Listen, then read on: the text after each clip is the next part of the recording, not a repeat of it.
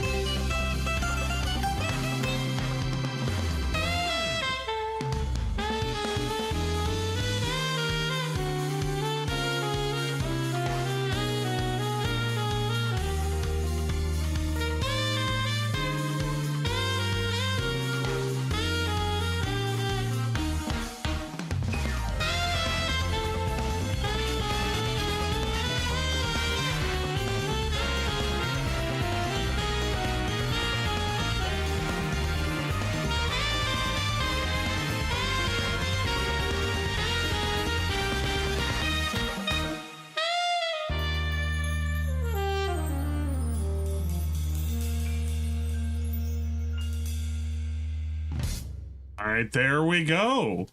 I have both the YouTube and the Twitch stream up. DSP is finally doing something interesting.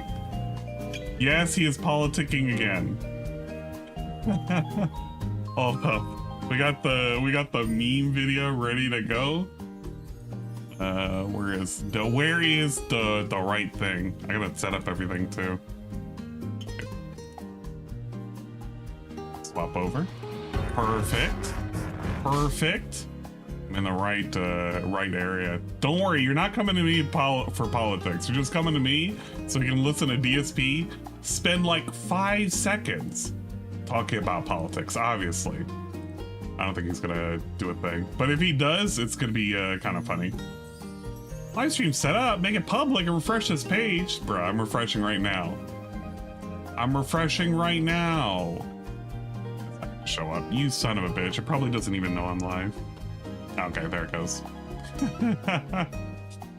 Yeah, it is DSP politics time.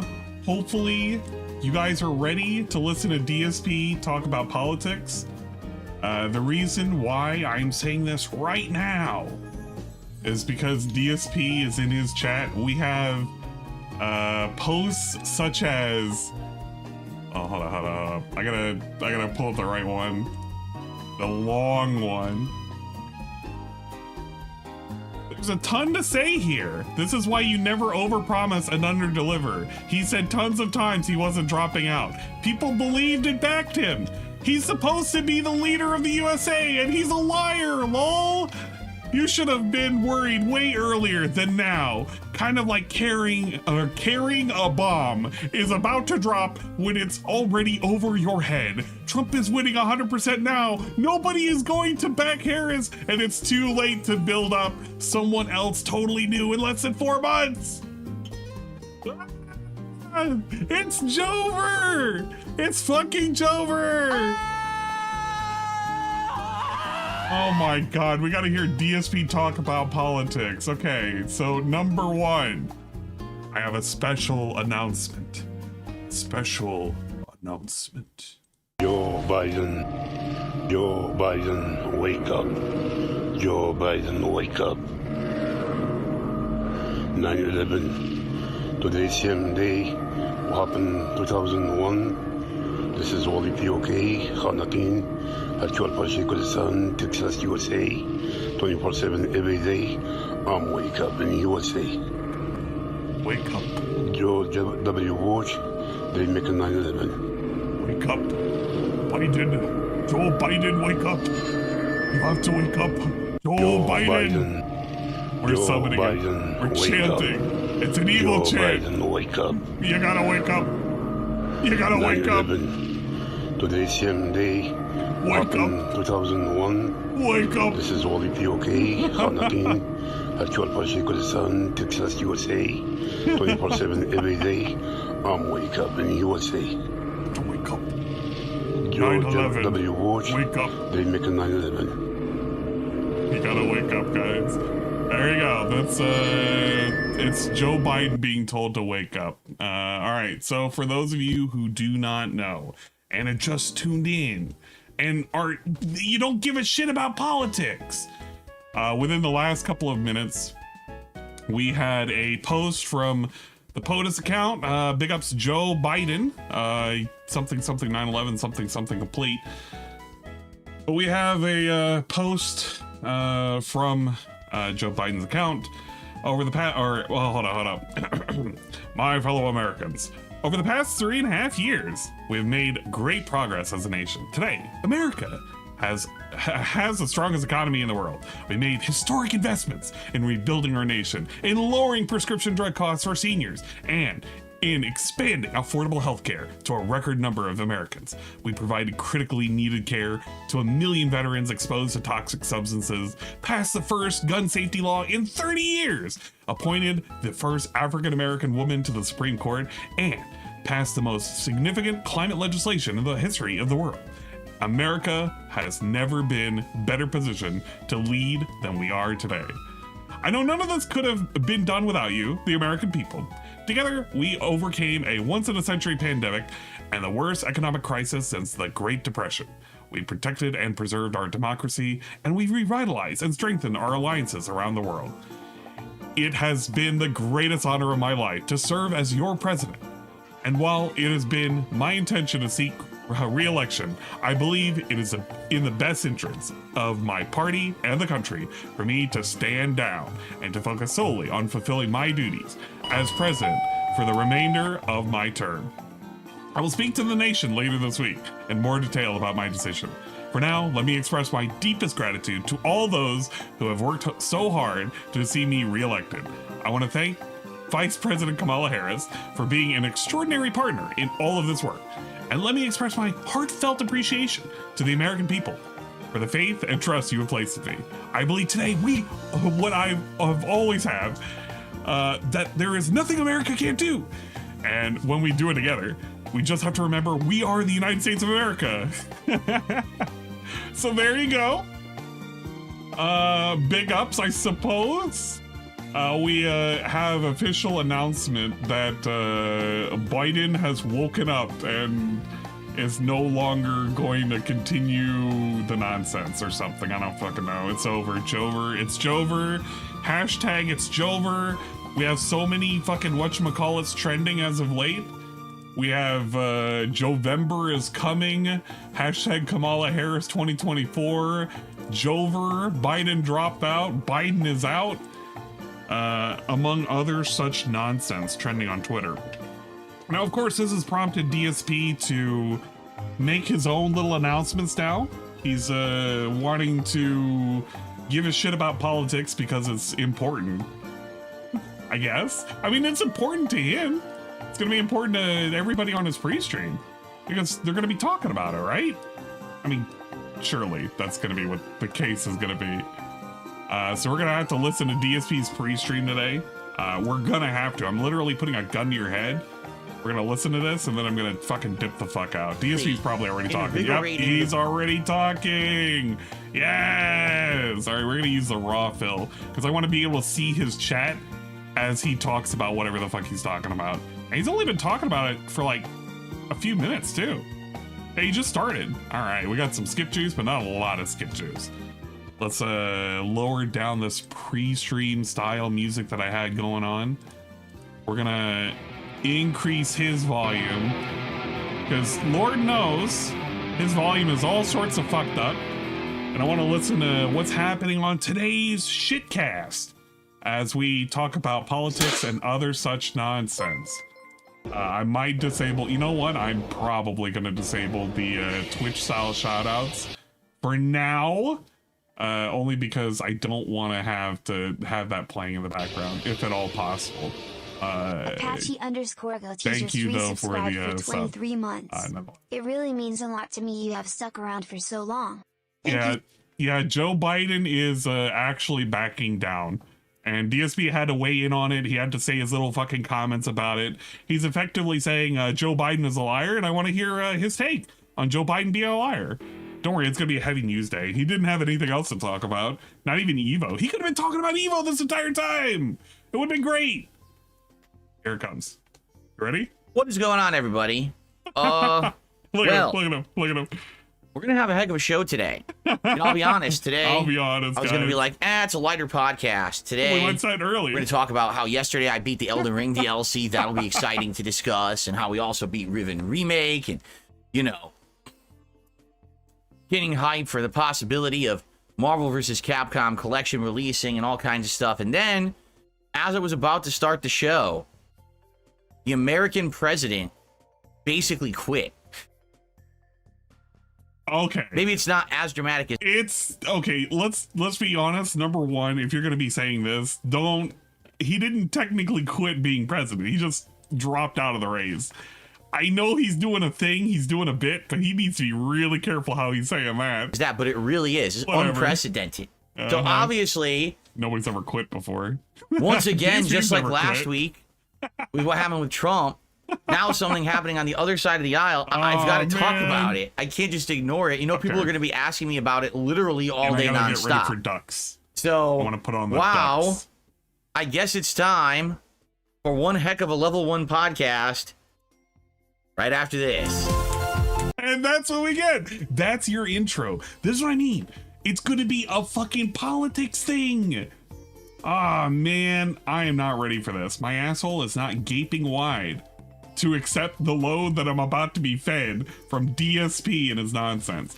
Now, to go ahead and have something in the background so I can kind of chill out and relax and not have to pay attention too much to politics, I'm going to have some ducks in the background, obviously. We're going to have the game capture. We're going to have Placid Duck Simulator.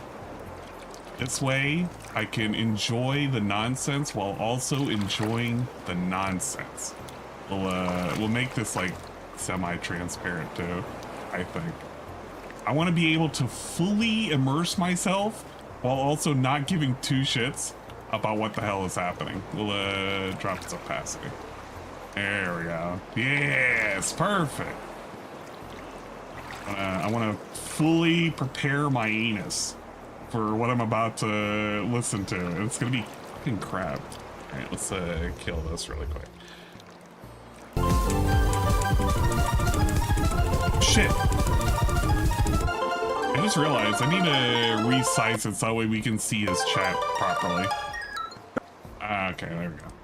We'll do it like this. We'll shrink it like this. That way we don't have anything truly blocking the amazingness that's going to be his chat. Oh, shit. A day that will definitely be historic.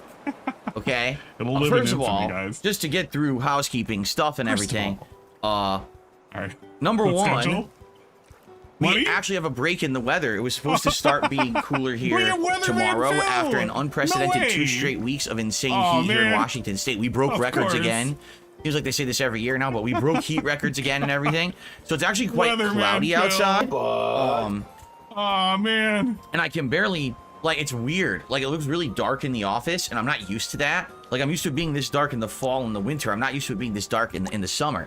So it's a little odd. I'll have to adjust here. In addition, I woke up, and basically my throat was sore because I think I'd fallen asleep with my mouth open in a certain way. You know how when sometimes you fall asleep, you breathe through your mouth instead of your nose? And sadly, with my allergies compounding that, my throat is all screwed up. My nose is screwed up. So I apologize in advance.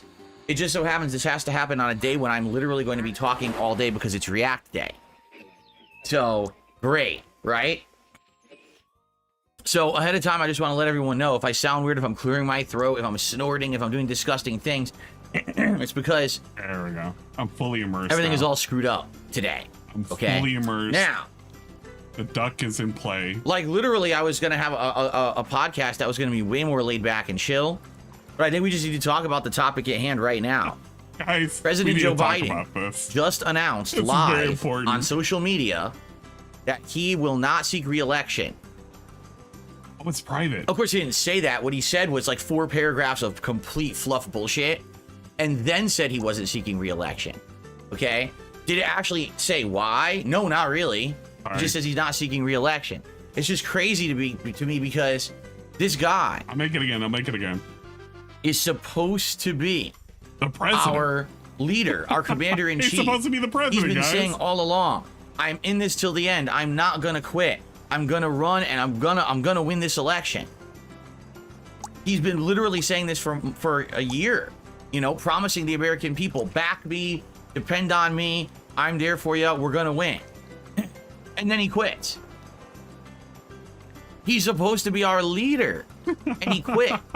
He's Why a he quitter. quit on us? What a fucking loser. Now the thing is, there's a million factors involved, and one of the factors that is, as I've told you guys, for those of you who aren't involved in politics or maybe aren't American, Yeah, you know what? It's a really good take, but you know what? Spoiler alert.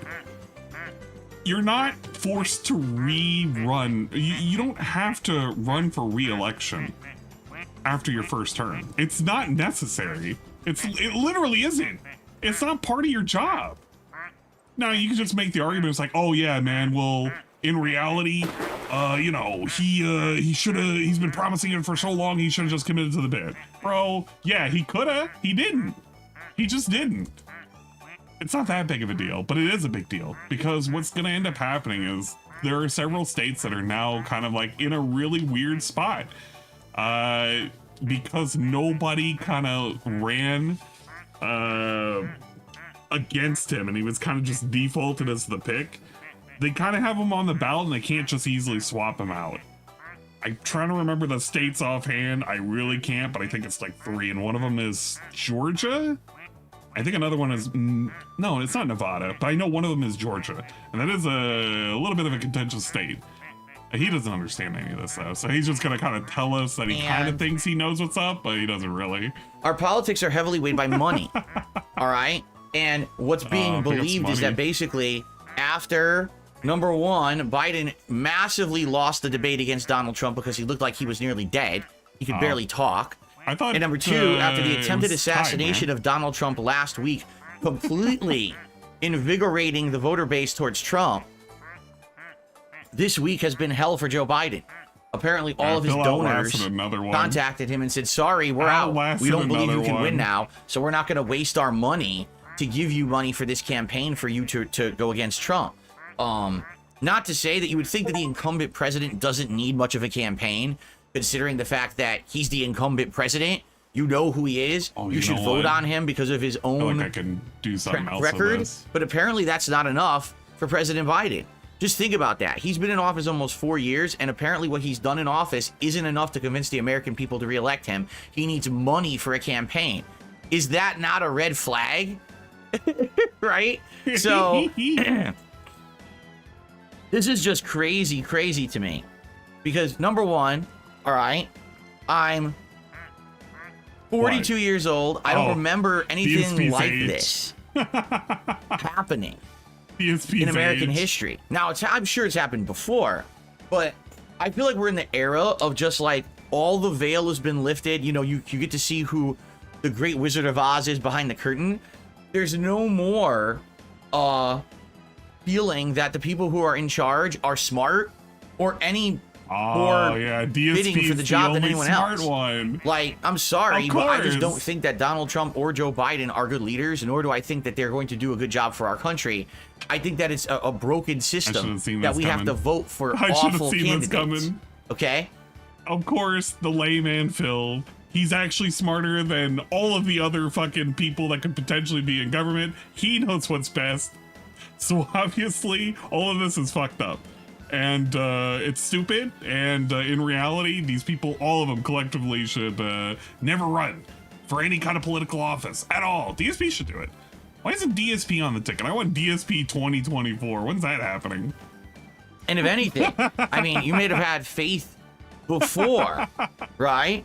Right? Faith before in Joe Biden. But how could you even have a single piece of faith in this guy who literally promised you the world and then just quit?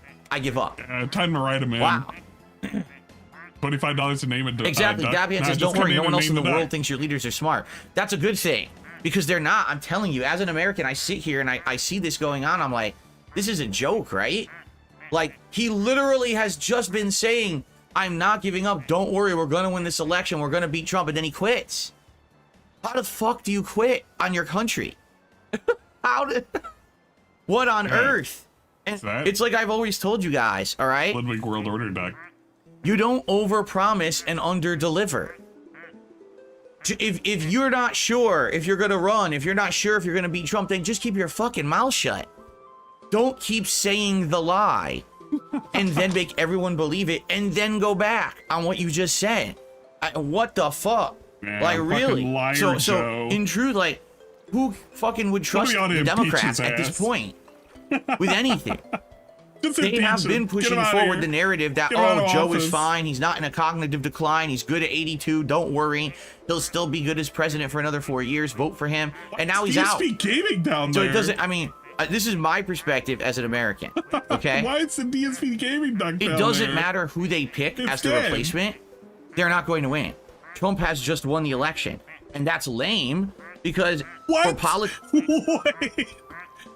Okay, look, there's some people that actually don't they don't like Trump and shit. That's fine. It's whatever. I want you to think about that for a second. It's like... It's lame that Trump won.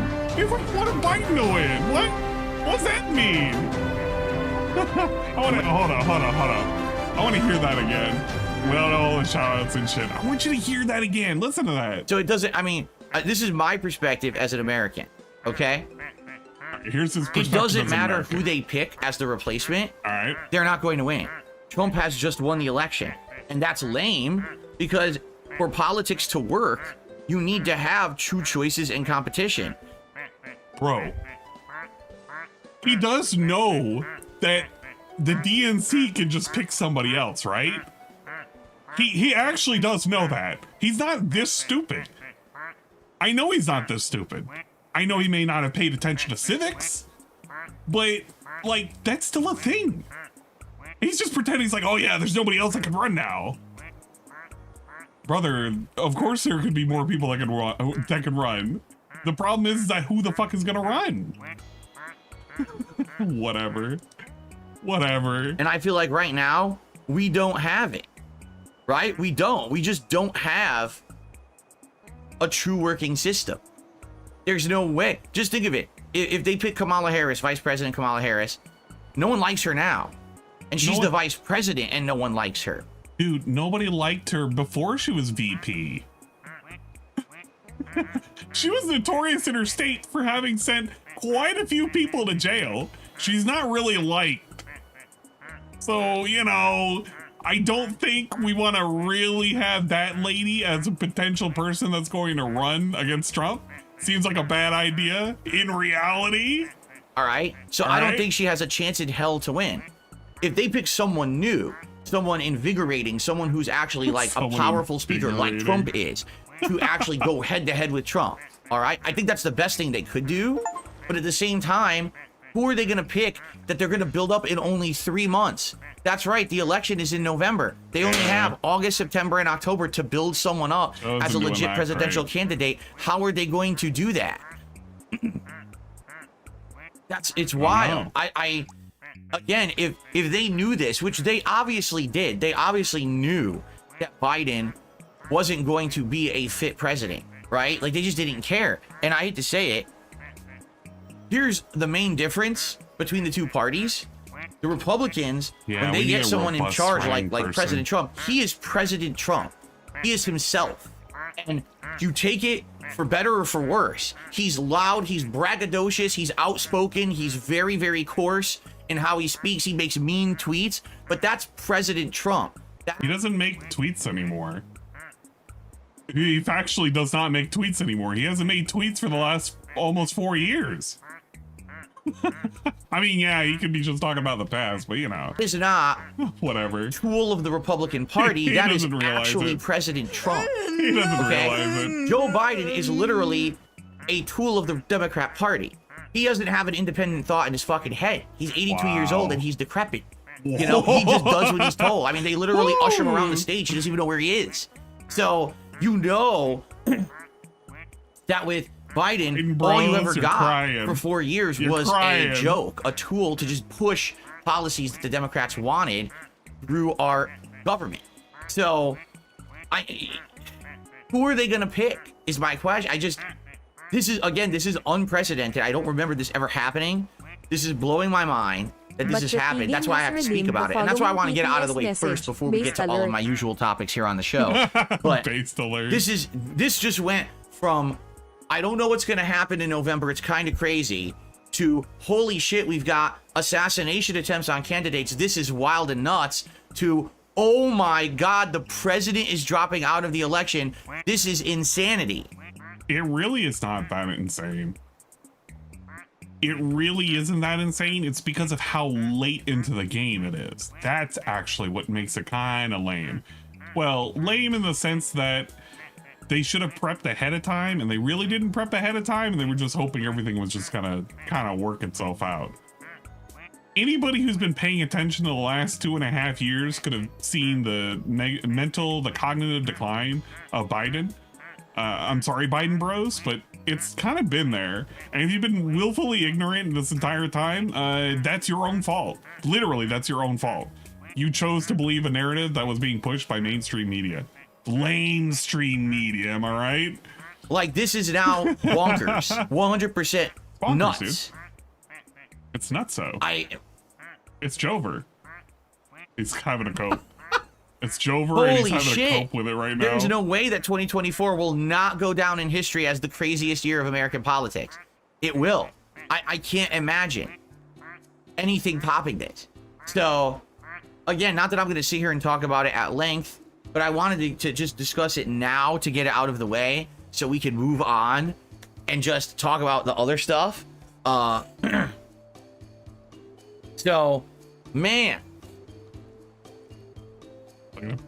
He's trying to fish some responses out of the chat. No, see, here we go. Here comes crazy conspiracy theories. Look, you think that... Do you now think the assassination had to do with this? If it wasn't successful, would he drop out? That's not a conspiracy theorist. That's not even a conspiracy. And he's doing this. Look at him. Look at him. Oh my god. Okay, wait. You gotta fully appreciate what's going on with this image right now. He crosses his arms. He's thinking like he has some kind of major gotcha right now. It's like, yeah, man, actually, in reality, I got the fucking answer. I got the solution right now. Look at him. He's about to tell you how he's right. He's literally about to tell you how he's right. The assassination attempt had to do with this and that. Are you okay? Listen, of course, everything has to do with everything, right? Everything has to do with what happened last week with Trump, right? 100% gave power to his backing, and now the Dems know Biden can't win. Biden cannot beat Trump. They know that now. So it's either we dump Biden and we get someone else who at least can compete with Trump for 3 months, even though they may not win, at least they have a fighting chance. So, yikes. Yikes, guys. Big yike-a-ronies. Yes, the Dems. That's what they're called, the Dems. The Democrats, the Dems for sure. Correct. The Dems. That's what we call them. It's like short for Dempsey wow. World, dude. Wow, man. What's hilarious is people are like, oh no, it's just cognitive decline. That's what cognitive decline. Did his brain melt in the last 2 weeks? He's the same guy that he was before, and they said that he was fine. So again, you've been lied to. So why would you trust that party? By the way, I'm not saying that the Republicans don't do the same thing. They absolutely do. Look at him. Look at him. He smiles. He's like, yeah, man. Yeah, man. I'm not saying that the Republicans don't do that. I'm just saying, you've been lied to. Bro, who did the lying? Who did the lying? That's the problem. Who fucking did the lying? And how is this a conspiracy theory? This really isn't. Both parties are lying, swindling, cheating, scumbag parties who only care about themselves and their own self-interest. They're not out to help you in any way, shape, or form at all. I mean, seriously, anything that they do has to benefit themselves. No, I'm not endorsing anyone for president. Absolutely not. Like I said, I don't like Trump. I don't. I really don't. I think that the guy's a scumbag. I know for a fact from my dealings that I had with him when I worked for a helicopter company, he wouldn't pay his bills, and he was just constant sleazeball, you know? And why did we know that? We've seen from his actions and everything, that's who he is.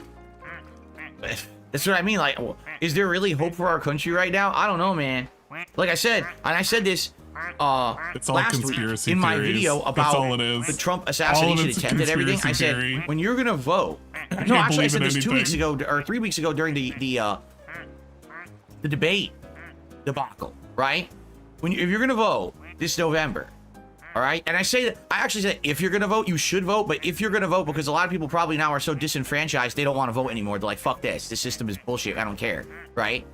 But if you're gonna vote in November, again, you've got to vote on what party's policies are probably going to benefit you and the country best. What if you don't believe either are good for the country? What happens then? Who do you vote for? DSP is so stuck in this idea that you gotta vote for either Team A or Team B.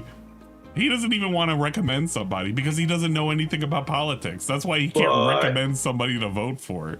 It's so stupid that this dude even weighs in at all in politics. He could be like, I don't know, he could say vote for RFK or something. Like, he could vote for somebody. Vote for The Rock.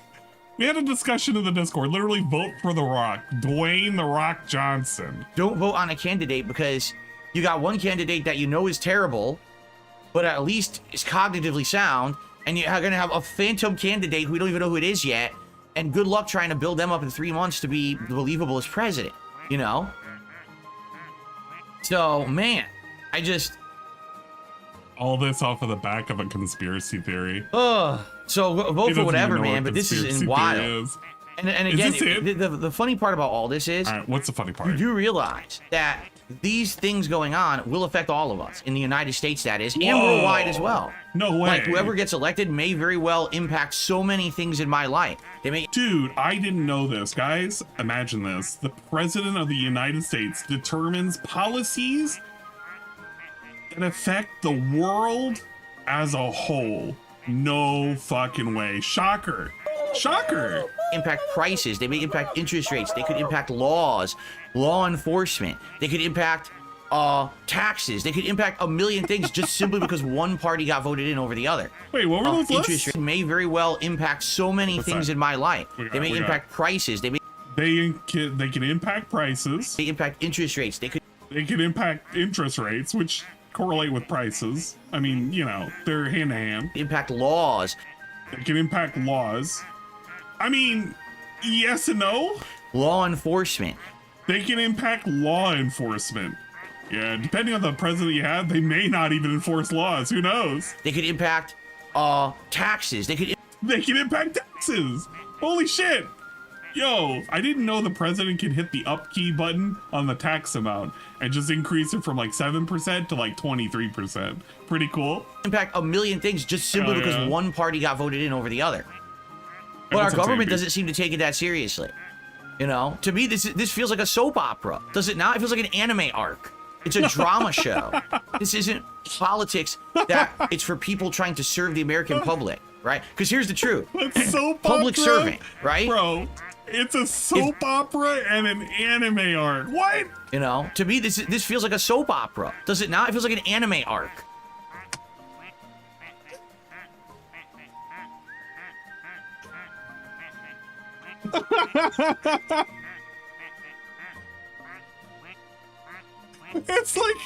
It's like a fucking anime arc. Get me out of here. It's a drama show. This isn't politics. That it's for people trying to serve the American public, right? Because here's the truth. Public servant, right? If Joe Biden was a public servant, he would not have been doing what he's been doing for the last 4 years. He is in cognitive decline. We can all agree there. We've seen it. All right? He's older. He should not have been president. This should have never happened.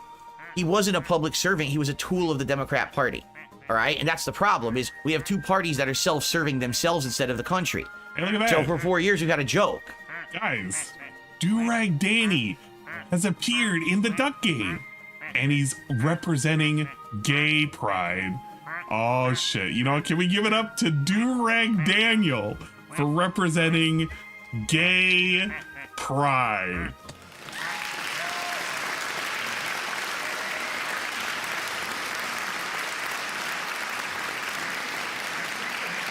It's a really good duck.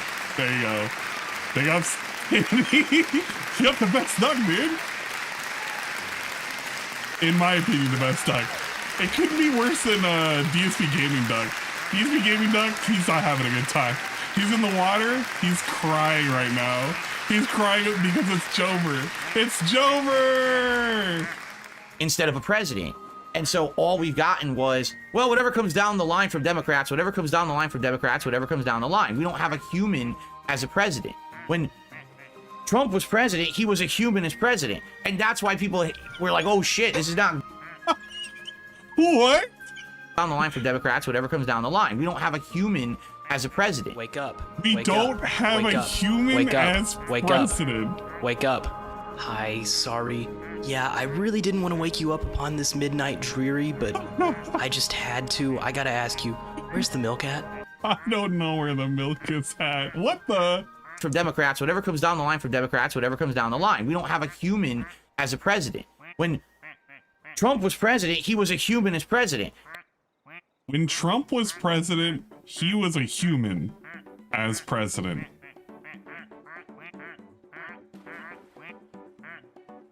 All right. And that's why people were like, oh shit, this is not good because he's not a level-headed guy, right? So now we got the nut job who goes crazy and causes controversy with what he says and does, or the complete empty-headed tool of the Democrat Party. What's worse? I don't even know. You know, I don't know. Yeesh. Never thought well, about anyway, this is wild. So obviously what's going to end up happening is, you know, there's going to be a lot of discourse now for the next week or two of who's going to be the Democratic candidate, and then they're going to announce it, and then they're going to have to do it. It's going to be like starting up again, like starting over. Because again, the whole thing is, I mean, what was the point of that debate of Biden versus Trump? It was a waste of everyone's time. Gee, thanks. Thanks, American government. We really care about you. Really care about the people, public servants. You wasted our fucking time, right? Yeah. Big ups, human style government. You care about the human style. The Democrats humans. were smart. They would just start over. It would just take everyone who's in the upper positions of that party, who's over the age of like 60, and just kick them out.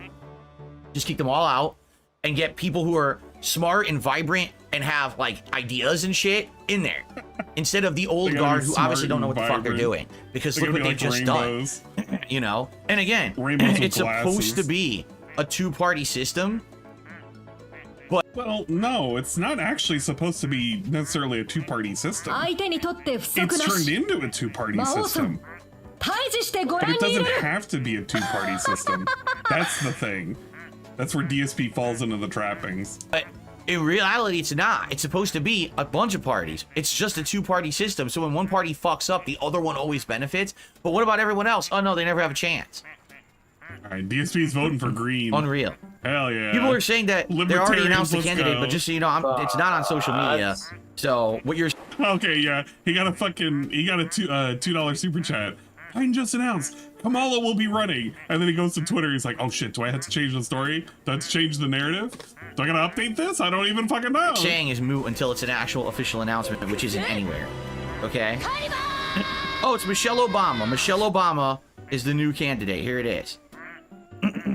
No, it's not. I'm just kidding. Yeah, I was about to say, he doesn't even know.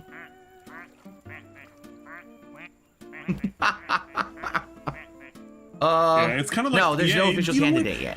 Needle Cog, that's right. It kind of is like Xbox and Sony, with Nintendo being a third party. Nobody votes for Nintendo. Nobody votes the Libertarian Party Nintendo in. They vote for either Trump or Biden, either Xbox or PlayStation. So you can stop lying. It's on Biden's Twitter. He just put it up. Okay, let me check. If he literally just did it moments ago. You're a liar. Stop making shit up. Oh, let me check Biden's Twitter. I don't even really know.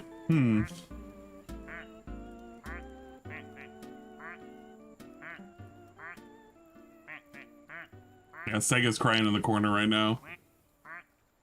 No, he's... No. You guys got it wrong. Biden is endorsing Kamala Harris as the Democratic nominee. That doesn't mean she's going to be the Democratic nominee. He's endorsing her. Does he not know how any of this works? Is he... Oh my god. Yeah. Okay. Okay. So he's He backing doesn't understand her. how it works. That doesn't mean How did he say that word? endorsing Kamala Harris as the Democratic nominee. What is it? Democratic? What? Biden is endorsing Kamala Harris as the Democratic nominee. But Chathigim has redeemed the following TTS message. What's democratic? Why does everyone have a duck except for your best friend? I mean, you can make a duck if you want. It's open and free to join. I'm not naming the ducks. The ducks just name themselves. That doesn't mean she's going to be the Democratic nominee. He's endorsing her. So he's backing her. That doesn't mean that she's going to be the candidate. You guys don't know how to read. Democratic process, dude, to get your duck name. That's not how it works. He's saying his vote for the next president is Kamala, but that doesn't mean that she's going to be the candidate. It's the Democratic Party will decide. Okay, he said Democratic that time. Okay. That worked. Thank you for the follow. I appreciate it. Welcome to the Democratic So, anyway, this is stream. just insanity. Or listen wow. to a pre-stream. But do you understand, again, what a year? Why I don't want to do a DSP politics channel or anything yet. Can you I want the name dust a to duck settle. after Pache, Let's let this please? dust settle this year. Let's would let this be pretty election cool. go by. Let's let all the nonsense happen. And then once it settles in and we're set in for 4 years, maybe then I'll consider it. But this is just, it's too volatile. Yeah, It's I too don't much wanna- drama. Oh, shit. Oh, speaking of drama. Guys, it's unfortunate, but we have hit the Twitch Community Challenge. The Community Challenge has been met. Force Ann to do a drinking restream of 133,000 points. What I mean by this is that now I am contractually obligated to do a verified, certified drinking restream. And since we did it before the DSP's DSP, I am now also contractually obligated. And it will now be for the DSP DSP, where I will have to suffer the entirety of the whole stupid event. But I will be drinking the entire time, because if I don't think I'm going to end up making it. We will have 5 designated bar judges to tell me when it's time to stop drinking. Please pray for my democratic liver, because it's probably going to get shot. I don't fucking know. Big ups. I appreciate it. It's too much garbage, to be frank. Again, this doesn't feel like reality to me. Yeah, It doesn't. life is I feel like complete. we're living in a drama show. We're living in a soap opera. We're living in an Look, anime DSP art. We're Gaming living in the some weird pool. Truman Show. There you go. This is the Truman Show, right? This isn't real. We're all just sitting here. Everyone, This wherever is you are the right now watching my Truman stream, Show. you're actually, it's not real. It's all a set. At any moment, someone's going to accidentally open the door and you're going to see the whole set behind there exposed. Because this is all they're pranking us, right? This is some fucking punking to the next level. There's no way this could be real. Jeruno Isang has DSP has redeemed the finally following realized TTS he's message. on the Truman Show. DSP is literally saying that he wants to start doing politics when the political stuff is over. He will then hit us with his insane 2020 it's hindsight. He will have no idea what to talk about, just like he has no idea what to talk about now. He doesn't understand anything about the political process. He doesn't understand who he wants to back. He doesn't have any idea on policies. You could ask this dude, DSP, how do you feel about the Second Amendment? And he would waffle back and forth and somehow or another find a fucking fence post to shove his ass into. And be like, well, in reality, people should figure it out, dude. Well, do you have an opinion? I don't know. He can't even tell us his opinion about his his favorite toppings on a pizza or his favorite sandwich. He can't even tell you what cool ass drink that he loves to drink the most. He just can't. DSP is a man of mystery. He's not even a human. He's not even a human style human. He's like a Truman Show guest star. He's not even the real person. He's not even the Mr. Truman. I mean, this is nuts. So, I don't know, man. Yeah, there's so many fucking... Yeah, he just All right. speaks in So nothing anyway, but that's all I really have to generalities. say. Okay. All right. Very cool. That's all I really have to say. You for know now. what? What If did we even get from all of this? We got Biden as a liar. He's not committing to the bit. He's dropping out. everybody panic. Trump is gonna win. He's already declared Trump is gonna win, so who knows what that means? That could be like black voodoo magic and he couldn't win, or he could win and he'll say he's right. Who knows? I don't know how it works with DSP and predictions and luck, but it's gonna be scary what that meant. And in reality, everybody's at fault for believing in a two-party system, even though it's more than two parties. But people should go out there and vote for the party of their best interest. And he won't say which one is his best interest. I'm gonna tell you something. Spoiler alert.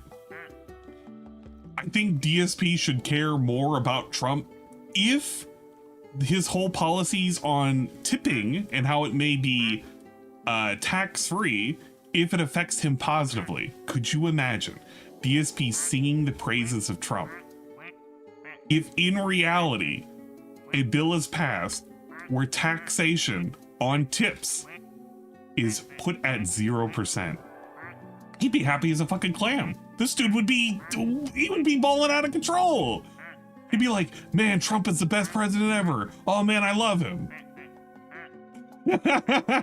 I'd love for that to happen. I'd love to see what kind of nonsense would spring out of that. Someone yesterday asked him what his favorite place to eat was and he spurged out. Yeah, that's kind of like par for the course. Phil doesn't know that. Wait, just wait. Wait till he finds out. Let's see if he changes his tune then. More crazy stuff happens, I'll talk about it, but I mean, I'll be honest, I don't think that America's future is very bright right now at all. I don't see how things could go worse at this point. Batang he can't vote for Trump because Trump didn't pay his helicopter bills, dude. I didn't even think about that. What the fuck? How come he didn't pay those bills? Wait a minute. I guess we're gonna see what happens, but I have no clue who will actually be the candidate. Obviously, the president wants Kamala Harris, but I mean, people don't like Kamala Harris. The polling and everything is, people do not like that woman. They find her obnoxious. They find her like most people don't even think she's intelligent, which is funny, but that's just the portrayal. Why is that funny, Phil? Is it because you find her intelligent? Is it because you don't believe the narrative? Why do you find it funny that you don't believe that this individual is intelligent? Here. What does that mean? Let me repeat that again. The champ. What did he mean by that? Is here. The champ is here. Yeah, what the fuck? That they say in the media and everything. It's like, oh my god. All so, right. Whatever. There you go. Rich88 just said the last president who did not run for re-election was Lyndon B. Johnson. Everyone remember Lyndon B? No. Why? Dude, I can't even tell if that was a joke. That actually could have been said in all sincerity. I can't actually tell if DSP is actually asking his audience, do you remember Lyndon B. Johnson? Hey now.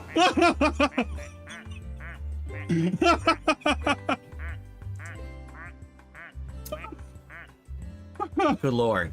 Oh my god. Yeah, takes a sip, power sip, moves the fuck on. All right. So that's it. I'm done. That's DS Politics for today. I just had to speak. So now you know my opinion. If anyone asks me about it, I'll say watch the Level 1 podcast from this morning. I did 20 minutes on it. What was his opinion? We're moving past it now, and we can focus on what we're doing today. What was the opinion, though? The opinion was Joe is a liar. He should have stayed in, maybe. Trump is gonna win. Joe wasn't a human-style human, and the democratic process isn't working correctly because we only have two parties, and he won't tell us what kind of party he would vote for or what kind of like political stance he has. We didn't learn shit. We literally didn't learn shit. I remember it was like yesterday. His opinion. Oh man, I love the democratic process. Today's React Day. All right. And today we're going to react to a variety of clips. Yes, some of them are actually political, others are not. Oh shit. It should be a good day. Yeah, that's the other thing too. The thing that I was kind of curious about, which I'm not even gonna really watch, is fucking whatchamacallit. After all of this, I'm gonna see, I don't know, catch up anime and shit. I was like, yeah, I'm gonna boot up and I'm gonna play some video games for like 2 or 3 hours and listen to DSP's pre-stream. Nah, that shit went out the window. The moment politics happened, I was like, bruh. But I wasn't expecting it today. Usually Actually, I could have called it for today because they kind of do this where it's not a busy day. It's going to be it's going to be during the weekend. They'll announce it on a Friday or a Saturday, but I guess a Sunday afternoon, that's also meaningful too. So news is going to be in full swing. We're going to have so many publications, so many rags printing out shit. They're going to be mauled and they're going to be crying. They're going to be like, who can be Joe Biden's replacement? Can Kamala Harris do this? You're going to get a lot of speculation over the next 72 hours. It's going to be nuts. But I could see this coming from a mile away. It's going to get shat on by the political commentators. I don't think so. I don't think anybody's going to actually pay attention to this. But it's kind of wild that he bothered to weigh in at all. He should have just not done this. And, But that's the other thing, too. So we had the attempted assassination a week ago, which means politics is fresh on everybody's mind. DSP, when he initially weighed in on the attempted assassination, it wasn't really that good. It was just like, yeah, it was bad. It shouldn't have happened. Why is this happening? We're in turmoil. Something, something, something. Politics is stupid. So obviously people are going to submit shit about the attempted assassination, or they're going to talk about like Joe Biden being a feeble old man. It was inevitable. We're going to get through it somehow. I don't know. I don't know how we're going to get through it. Here, let's briefly talk about the schedule for the week. Today's React Day. It's the clip show, DSP versus the internet on DSP Reacts right after the show. And then tonight on the late stream, which is going to be very fun, the conclusion of Retro React to Dark Souls 1. When I rage quit Dark Souls 1, back to 11. This thing exploded. And this part is literally worthless. Actually worthless. You want to know the big thing that he's looking forward to? DSP is waiting patiently as he's sitting here, he's reading his phone frantically, that he wants Marvel vs. Capcom to be announced. Like, they're already playing it at EVO, among other such nonsense, but he wants them to be like, yeah, man, here it is, it's coming out, and I can play and I can fill out my schedule. Part of me kind of wishes it just doesn't come out. Part of me kind of wishes that it doesn't come out for the next month. It'll announce it for the end of the month, and he'll have nothing to play. And then if it comes out at the end of the month, then he'll complain, well, I have too many things I gotta play and I can't really sneak this in. Street Fighter 6 is gonna get felted. It's gonna get felted so fucking hard. Alright, I think that's the end of the schedule. If what gets announced, the Marvel vs. Capcom collection. Okay, it's almost done. Almost over with. Basically, here's the deal. Yesterday, or was it the day before, they announced SVC Chaos, SNK versus Capcom Chaos, is now going to be released this week. And the reason everyone's suspecting why did they announce it so early in EVO is because the MVC collection announcement was coming, and they wanted that to be the big announcement. So they had that game announced earlier. At the end of the MVC month. collection could be the big announcement for today, Finals Day. I don't know. So, it's whatever. DSP is hoping and coping right now. He needs a game so to that's fill what's out going his on shit. now. Let's talk about yesterday. Let me talk about yesterday. Yesterday, he beat Elden Ring. He could have beat it sooner. He didn't. He complained because he went overtime by 15 minutes because he had to beat the final boss after the DLC. It wasn't during the DLC. It's like the shit that you normally fight with the Elden Beast and everything. And he was complaining the entire time because apparently it was too hard. Even though he could like 7-shot the first phase and he could kill the second phase in like 13 or 14 hits. It really wasn't that big of a deal. He had so many flasks, but he was complaining the entire way through because he was overtime by 15 minutes. And spoiler alert for those people who didn't even tune into that, DSP at the end of beating the DLC talked about how he just realized that consort meant that the two characters were actually banging. But then the ending that he ended up getting at the end of Elden Ring was with Ronnie. And for those of you who know the ending for that, you become Ronnie's consort. So does that imply that DSP got a marriage ending with Ronnie, the best waifu in the game? Where he gets to fuck a magician puppet with 4 arms for the rest of eternity? I don't know. I mean, if you really think about it, according to DSP's own logic, they're banging. Huh. Wonder what he meant by that. Anyway, that game is done, and then Riven apparently is done. And we're gonna go back to Fallout, and nobody's looking forward to Fallout. So we have to put a game in the rotation. Because we've been doing nothing but spamming Street Fighter 6 for so long, the channel is hemorrhaging any kind of attention other than whenever he's raging. Nobody likes him when he's just winning all the time. High 5 times 4. I agree. Yesterday, folks, I finished the Elden Ring DLC. Ew. Yes, it's official. I beat it. Okay, don't think about it. The thing that gets me is, your I guess some witch people waifu. just love to root against me. Oh well. And I guess some people were like, they didn't think I was going to do it, or it was going to take me like longer. Dude, DSP sells half of his playthroughs on Rage. He literally sells half of his playthroughs on Rage. So when he's like, oh, people didn't really think I was going to be able to do this. People thought I was going to rage. And I was going to complain the entire time. Yeah, it's because that's how you sell yourself. You know that's how it is. Why the fuck do we have a Panda Lee duck? When did we get a Panda Lee duck? What the? Than anything I've ever done before, which you didn't. I actually beat the final boss. But I guess we could start saying the name of the final boss now. I beat Radon faster than I actually beat Melania. He's gonna brag. He's basically bragging, saying that, yeah, actually Radon wasn't that hard, and I didn't spend as much time. In reality, Melania, I keep calling her Melania, but it's Melania. But I'm gonna keep calling her Melania because I think of Trump all the time. You know, in reality, she was harder.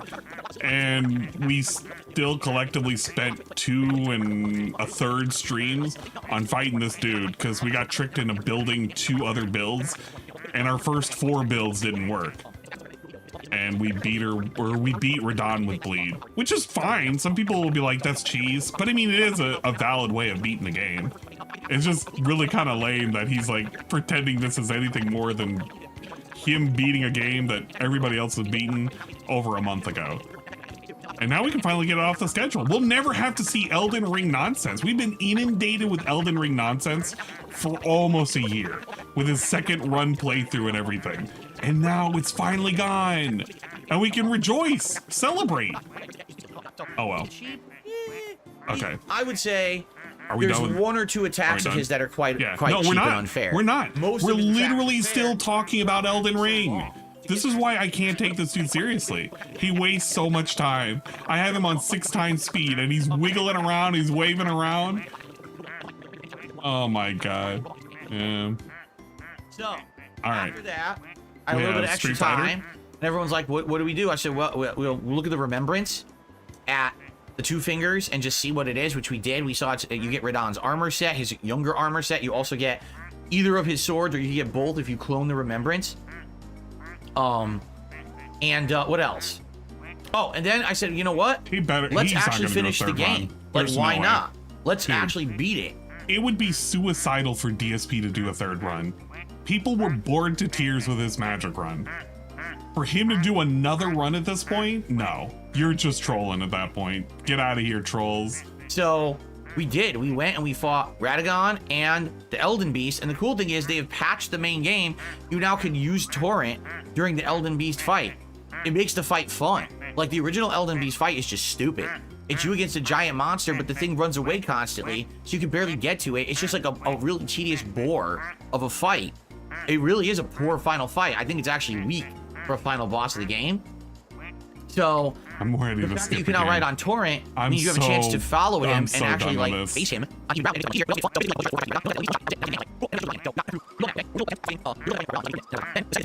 just never ends.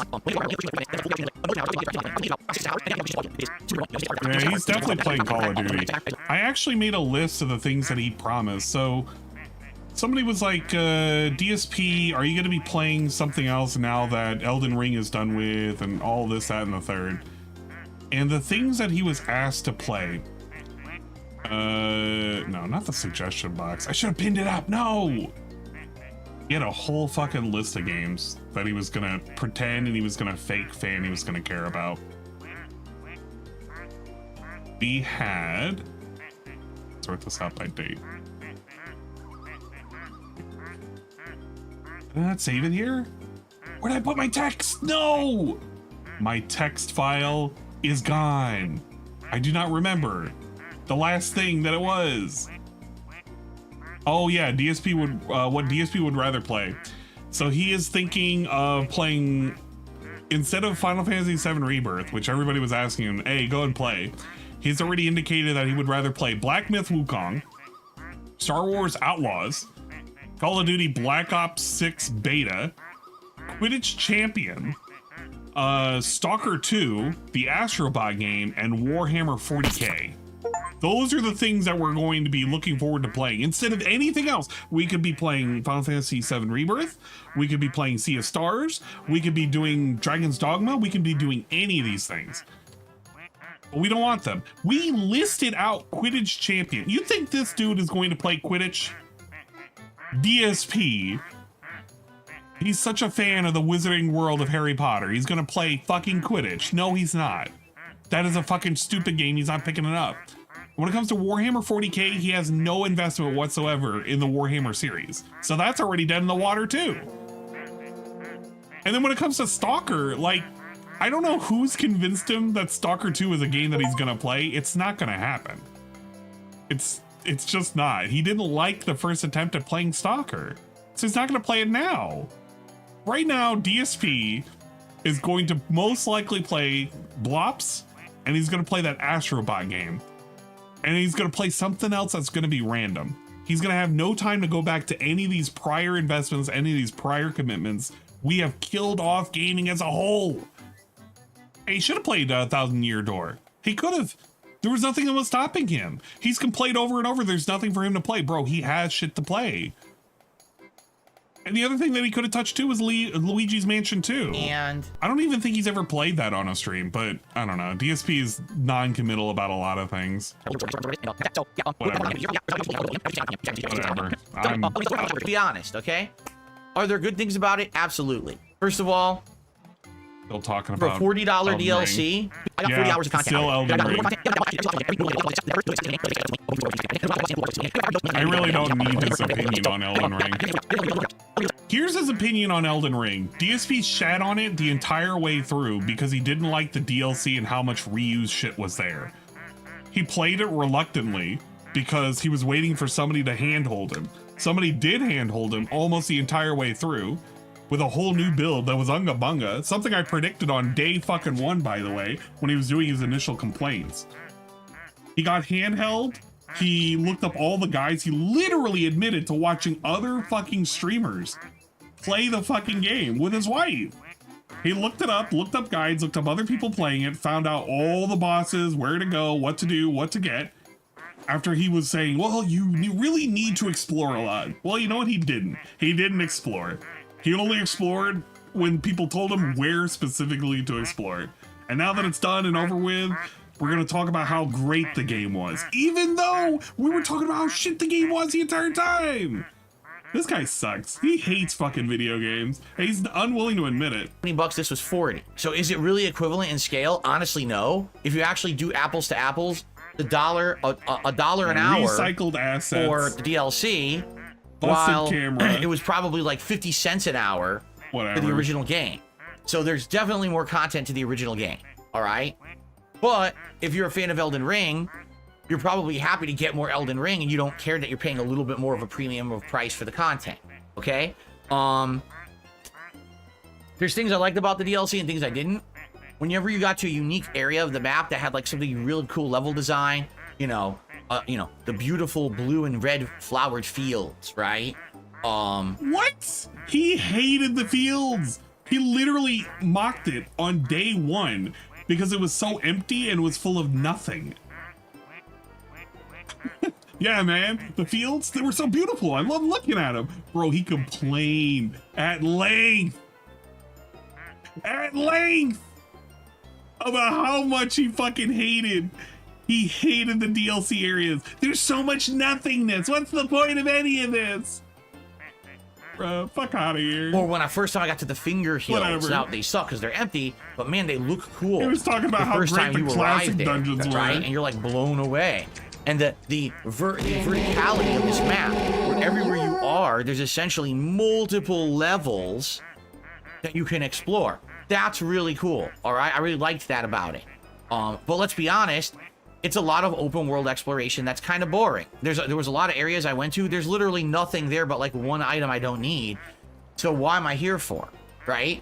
There was the entire first area is super boring. It's a bunch of open area with stupid phantom gravestones and sheep. Why does this even exist? drowned. Like, why is this here? You don't need it. It's like 3 hours of the first part of the game is this boring area. So Joever, he's in the there, but they pool, wanted just to have like a slow starter area or whatever. It was kind of stupid, actually. I feel bad. So for I him. still feel like the open world is kind of hit or miss. Sometimes you're having a lot of fun if it's something unique and different, and sometimes it's like, wow, this really stinks. This is boring. Why is this even here? I'm searching. There's nothing here. Why am I here? The game had been better if it was just 20 hours long.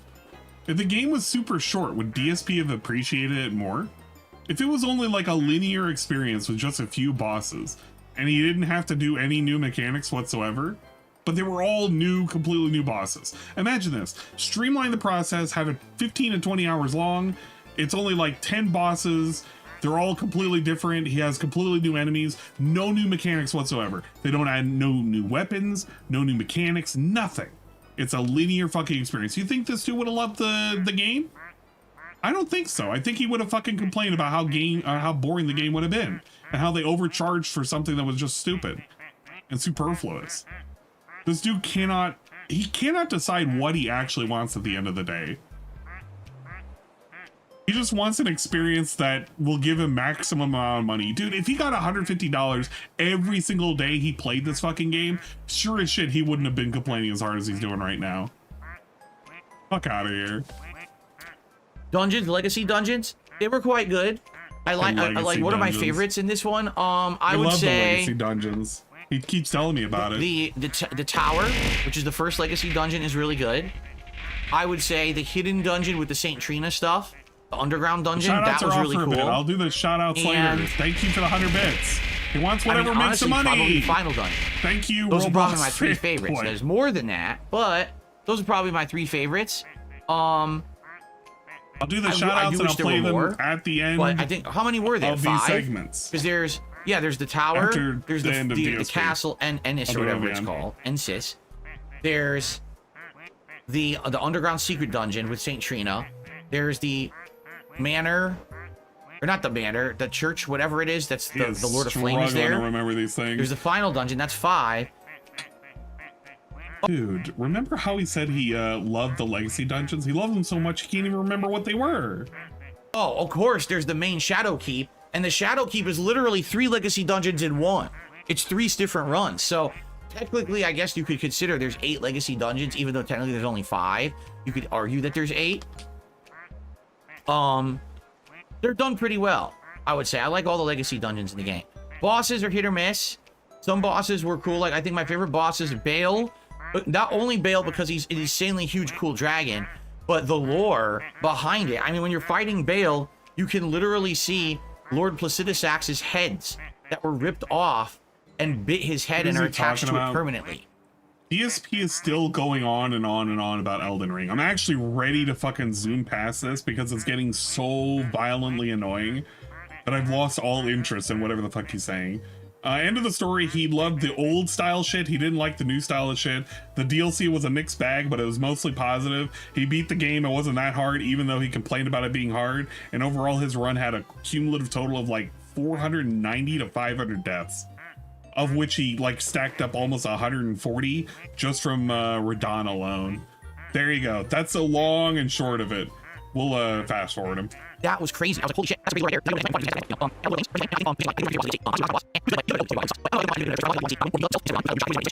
He can talk, man. He really can talk. Let him know.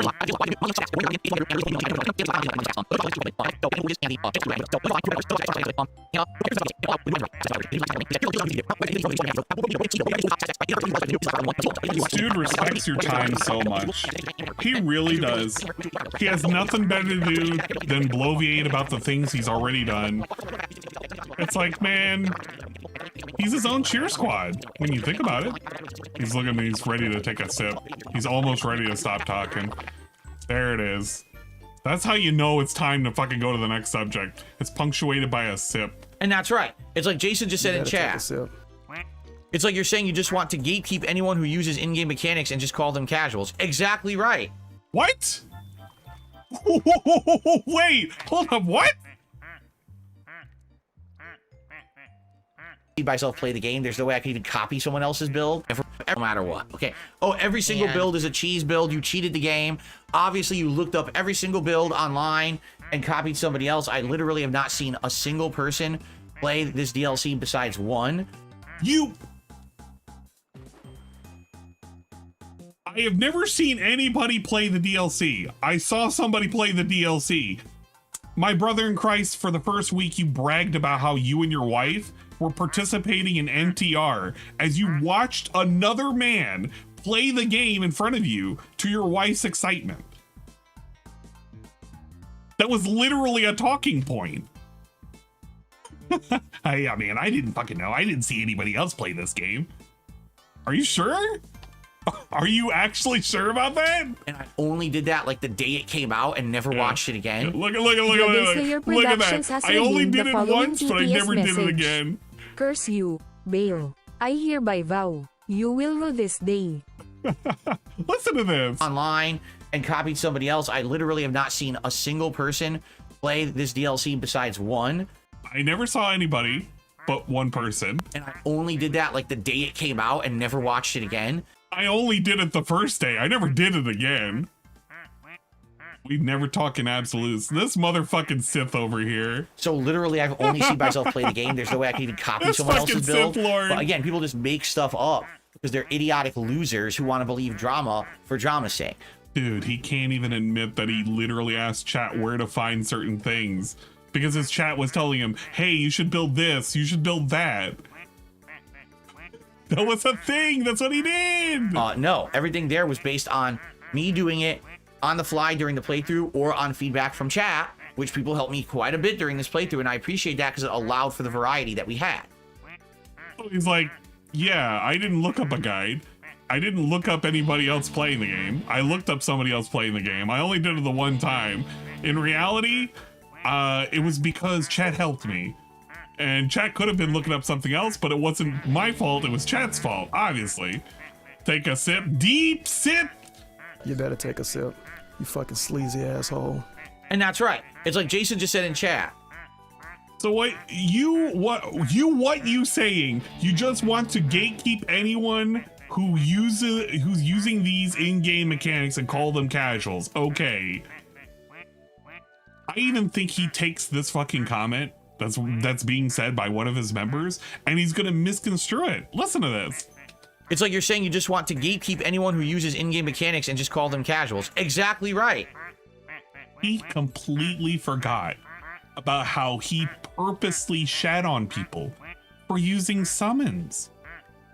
That was a big thing. Oh, if you're doing it, you're making it easier for yourself. You don't need to use fucking summons. You're just doing it because you want to make the game easier. I don't want to do that. I think people who are doing that are not getting the true and honest experience. I suppose. The game has all these weapons. The game has all these builds. It doesn't matter if it's in the game. It's in the game. Now, some things did get patched out, right? And that's then you understand. Okay, even FromSoft recognized, man, that was overpowered. I didn't use any of those. Bro, it was literally bleed and magic. Both of those got nerfed. It wasn't using any of the overpowered shit at all. Nothing that I was using got nerfed or anything. You know, I only used the bleed build for the final boss. It had already been nerfed. So it was already nerfed, but it was a good way of doing damage. But it's okay. It was already nerfed, guys. It's all fair game. It is, you know. Hell, if I had summoned the entire DLC, that would have been okay too. The tragedy of Darth Sidious Palines. Well, stay tuned to this 2-hour fadcast to learn more. Look, he's having fun in the pool right now. Dark Sidious the gaming. Dark Sidious the Phil gaming. He's currently in the pool right now. He's crying. He's crying over Joe right now. Look at him. But I understand that wouldn't have been entertaining. Can you imagine if I only beat Radon because I summoned? Then it would have been boring. Everyone would have complained. I wanted to give you the honest shot. And let's be honest, the 5.5 hours of me beating him legit was fun. And once again, he misses the entire point. He literally reinforces the point about how if you summon, it's not legitimate. He is gatekeeping 1,000,000,000%. And saying if you summon, you're not doing it legitimately. This is why he's such a hypocrite. He's such a fake piece of shit. Dude, just Just accept the fact that people don't like it when you sit here and you tell them you shouldn't play this way, and then when you get called out for it, you sit there and you pretend it's okay. It's not my fault. I'm not doing this for real. In reality, you're making it up, and this guy agrees with me or something. I don't fucking know. Whatever. It was grueling. It was very stressful, but it was fun, right? So was it? There you go. Wait, so, and now we go back to how it was grueling and stressful. So things that we don't want, by the way, things he has actively been mad at people who want to see him rage, who want to see him suffer, who want to see him have difficult time playing games. He's literally said people who enjoy that are fucking trolls. He says it for all of his Street Fighter streams. Literally does this for all of his fucking Street Fighter streams. This dude right here, where is he? I'm pulling him up. Pull him up. This guy right here. DSP Gaming and Joe Biden. They sit there in the pool. They sit there and they fucking act the fool. They cry whenever they're suffering, and people laugh at his suffering.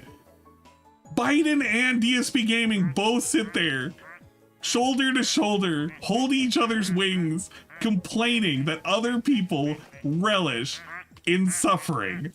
These guys, they suck. Oh my god. So yeah, I hope that you enjoyed the playthrough. I liked it. Enjoyed my suffering. Shadow of the Erdtree, it's a fine DLC, especially if you're someone who really likes Elden Ring and you just want more of the same. But the one thing I'll say is don't expect too much innovation. The biggest innovation isn't the amount of weapons they give you and how they do play differently from builds in the original game.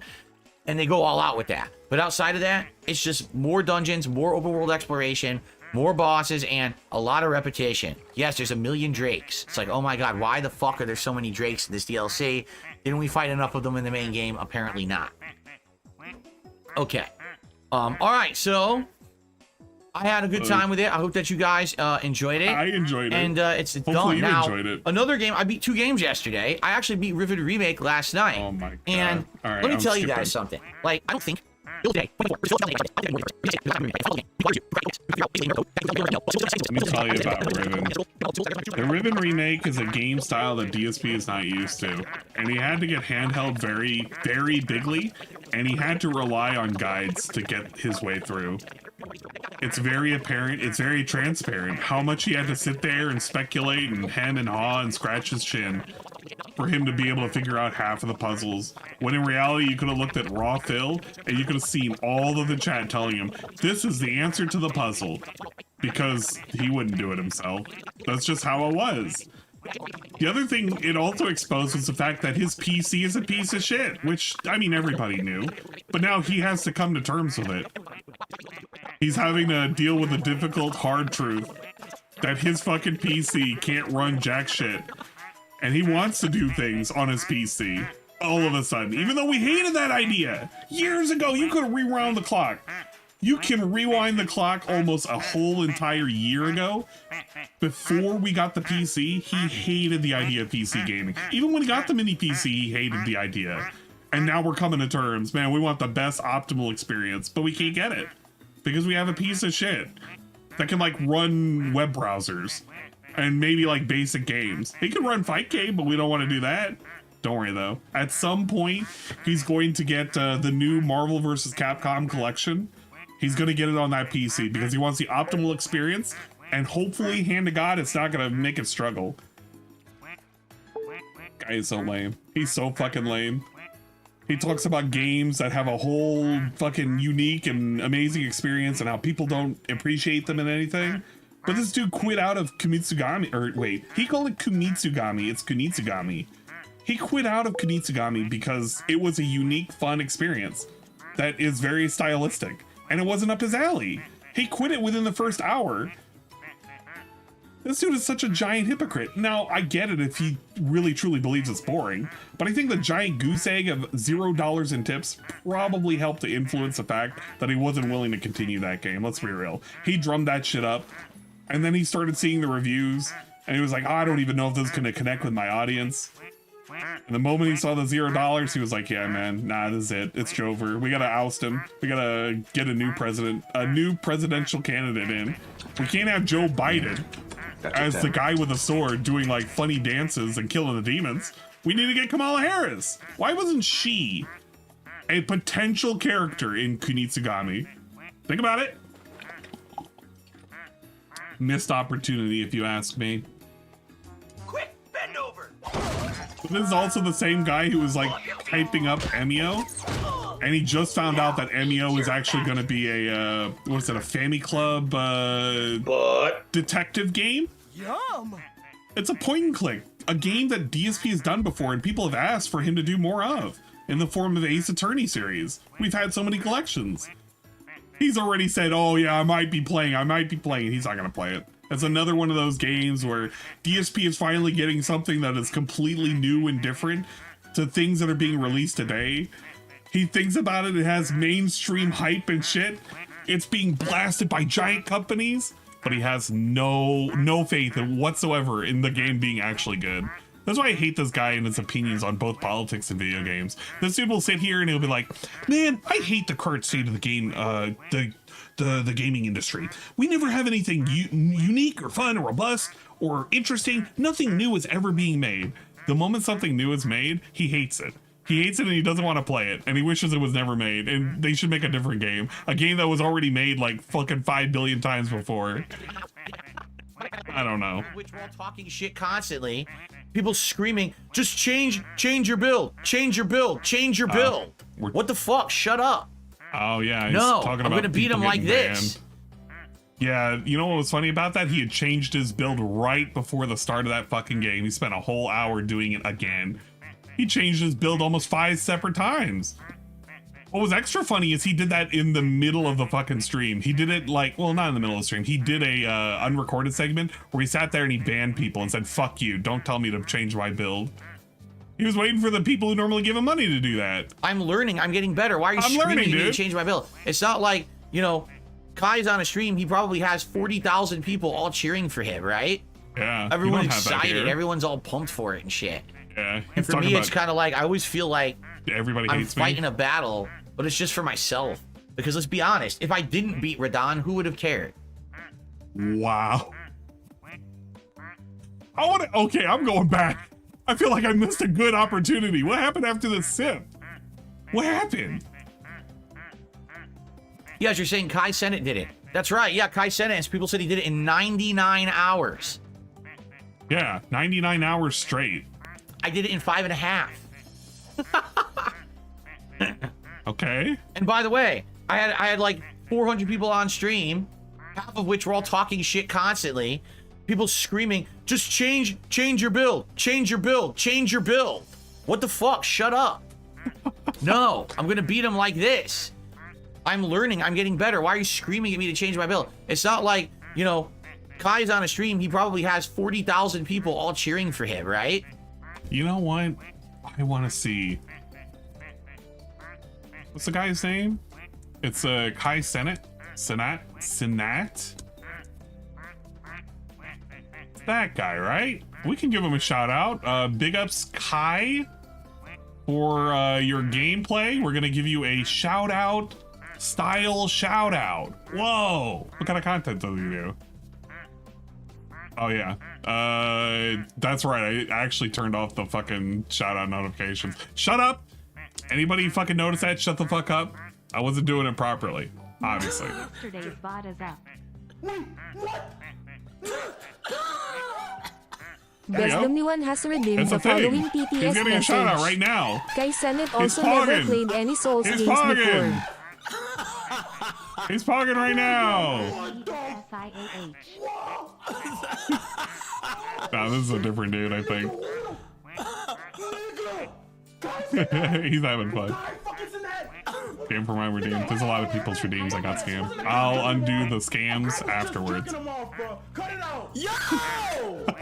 What the? Yo! Wait a minute. Get him out of here. Get him out of here. What are we looking at? Wake up, wake up, wake up, wake up, wake up. I want to wake up. Okay, let's turn those off for a bit.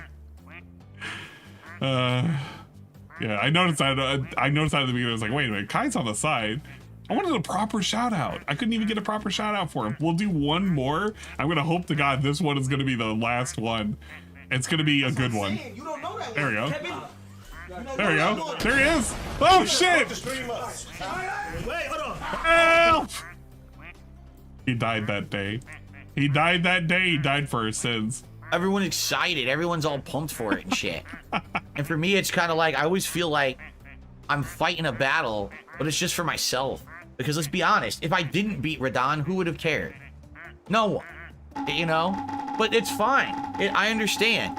It's fine, guys. I understand. If I beat Radon, nobody cared. That's a weird way of saying I don't have fans and nobody gives a shit about me. Sad boy hours are incoming. We are crying. We are seething. We are malding. 400 people watching me. Half of them hated my guts and they didn't want to see me play at all. What a weird admission. Why would you say this?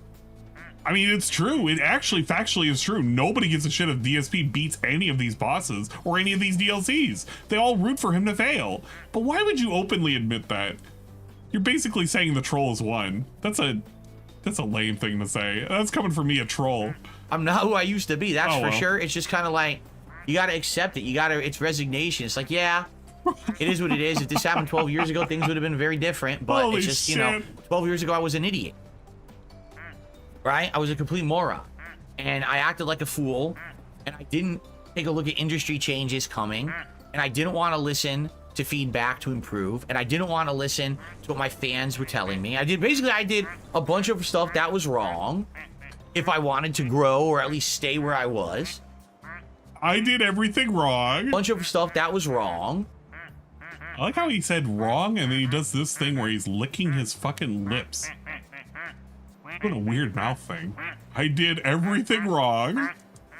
If I wanted to grow or at least stay where I was, right? Right? And then I just had a big string of bad luck when it came to becoming kind of a negative meme on the internet. And it's all history now. You know what I mean? It's all history. So I'm kind of like, I've accepted all of it. You know, at 42, I'm happy. Wow. Where we are. So you're happy that you effectively have nobody but trolls watching you.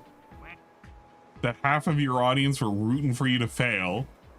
That you have a 60 to 80% sock rate on your channel people that even chat. And that you're regarded as being insignificant to the world at large.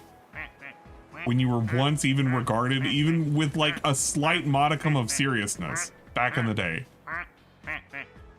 I mean, you can, I don't know, there are some people who'll be like, well, DSP wasn't really taken seriously back in the day. DSP wasn't all that big. I mean, yeah, but there were some people that legitimately liked him 15 years ago. Rewind the clock, you could find all sorts of nonsense, but now, nah, man. People hate him. They hate his content. They hate his streams. And he's telling us right now, nobody gives a shit. And it's okay, I guess. But I mean, if things keep going the way that they're going, at some point we're going to have a 100% sock rate. Nobody's going to legitimately like you. Is it going to be fine then? Maybe. Maybe not. I like the fact that we have a good time together no matter what I play.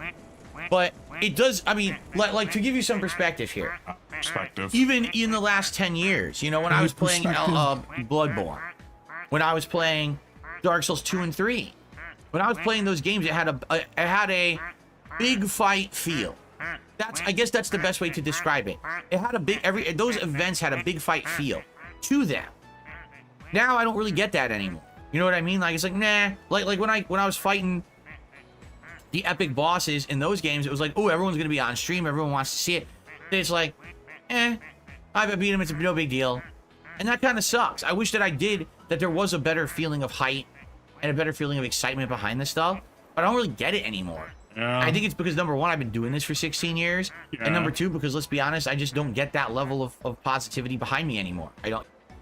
Okay, I've been doing this for 16 years, so maybe it's been too long since people have given a shit.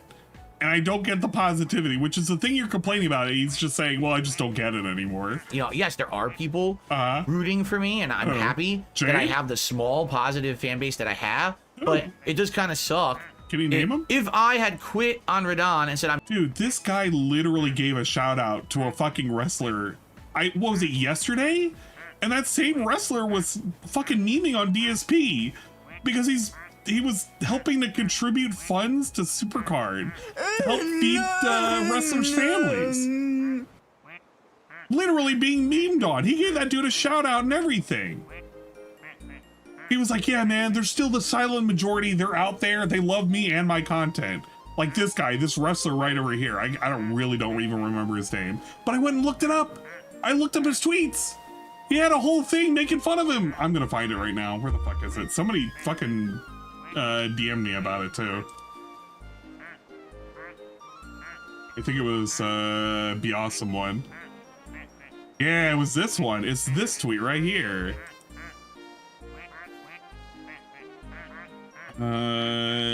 Not that. This? No. This is what I wanted to show. We have DSP being added. It was by Mansour over here. He was giving this dude a shout out. He was like, oh yeah, man, everybody loves me. He's like part of the silent majority and everything. But then he fails to mention that he got tagged on Fightful Wrestling. Shout out to the losers that spend thousands of dollars on WWE Supercard. You're feeding our kids. Does a prayer hand that they call me DSP. Man, appreciate the tag, but the game I'm actually accused of doing this with is WWE Champions, not Supercard. Easy to confuse though. And then he does this. This is the thing. He thought this was like a shout out. He was saying this was a shout out, bro. This was embarrassing. And people remember this shit because of how embarrassing it was.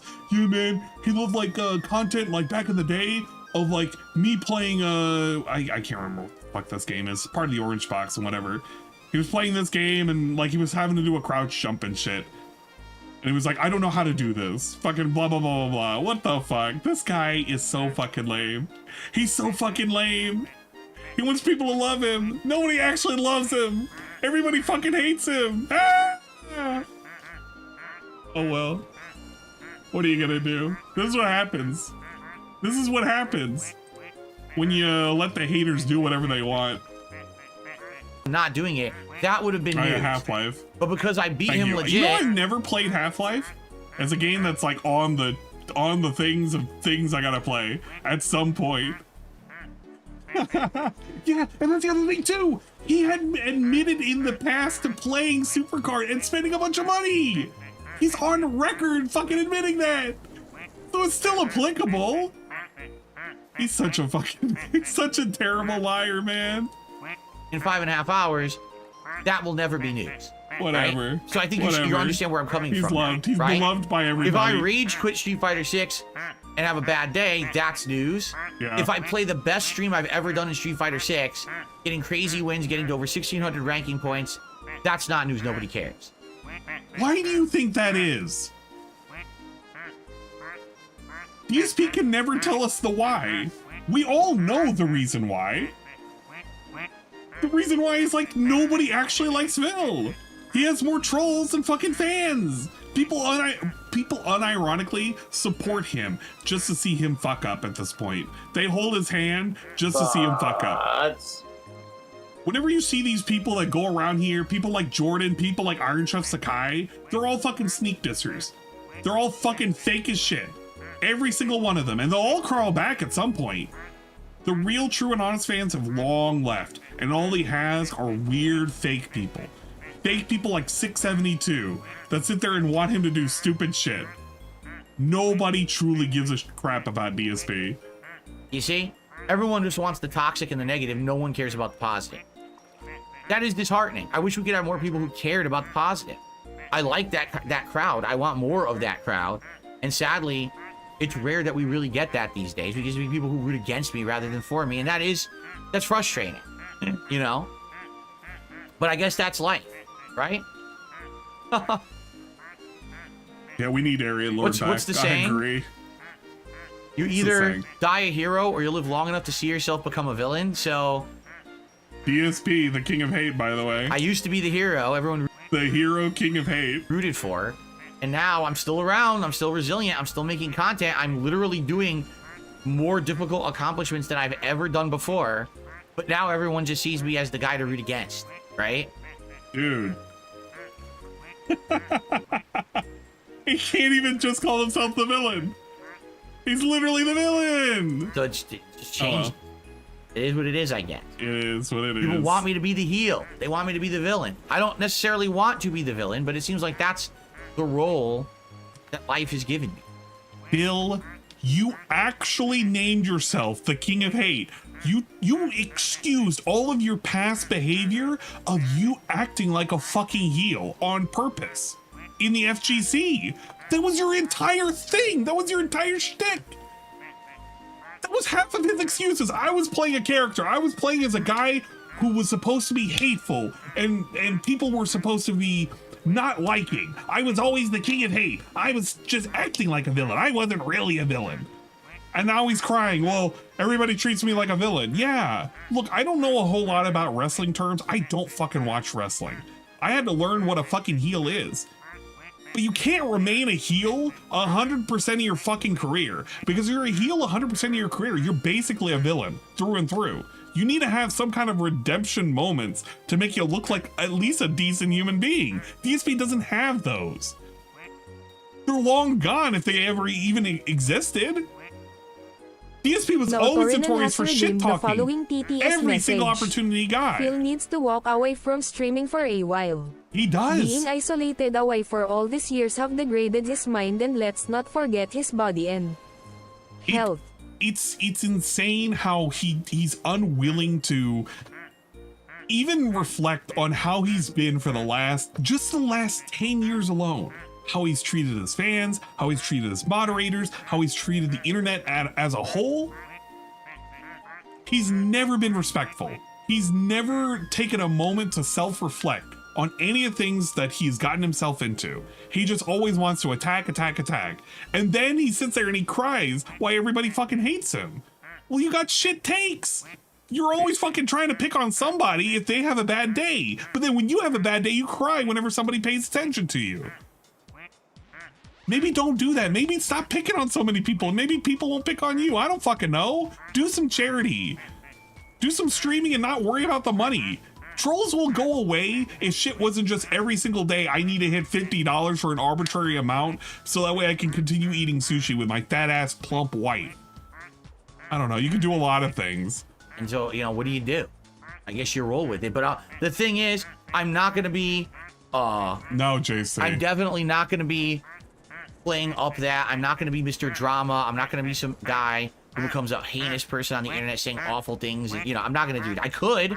People told me to do that ages ago. Yeah. Phil, be a heinous individual. I am who I am. I'm not going to become one of these people who's just a toxic jerk. Look at I'm not going to do it. I'm just going to stick to where I am. Again, I'm happy where I am. You know, it's just crazy to me because this really have been a couple intense days. Super intense day of Street Fighter, intense day of Elden Ring, and then at the same time, one of the craziest puzzles I've ever solved in a video game. Probably the hardest. Like, that codex was seriously tough to figure out. And then it's like, no one cares. No one's even saying a word about it. No one gives a shit. The ones who are in here naming ducks. I'm not naming any of them. What are people talking about? That a pro wrestler, Mansoor, tagged me on Twitter. Dude! Oh my god. So yesterday we literally dick rode this guy. We gave him a shout out. He was he's part of the silent majority. He used it as a talking point 24 hours ago. And now all of a sudden we hate him. Bro, you responded to his tweet. You knew he was making fun of you. This dude is so fake. He's so fucking fake. He only now just realized he was being made fun of. And you can literally go to the pre-stream before. I don't even know if I want to pull that up. Part of me does, but I don't even know if I can find that. You know what? I probably could. I actually, factually, probably could find it. Let's get rid of this for a second. We're gonna go to raw fill. Does it have the stream from yesterday. It does. It had the shout out for Mansoor. How would it even sound? Oh my god, that's not gonna help. Mansoor.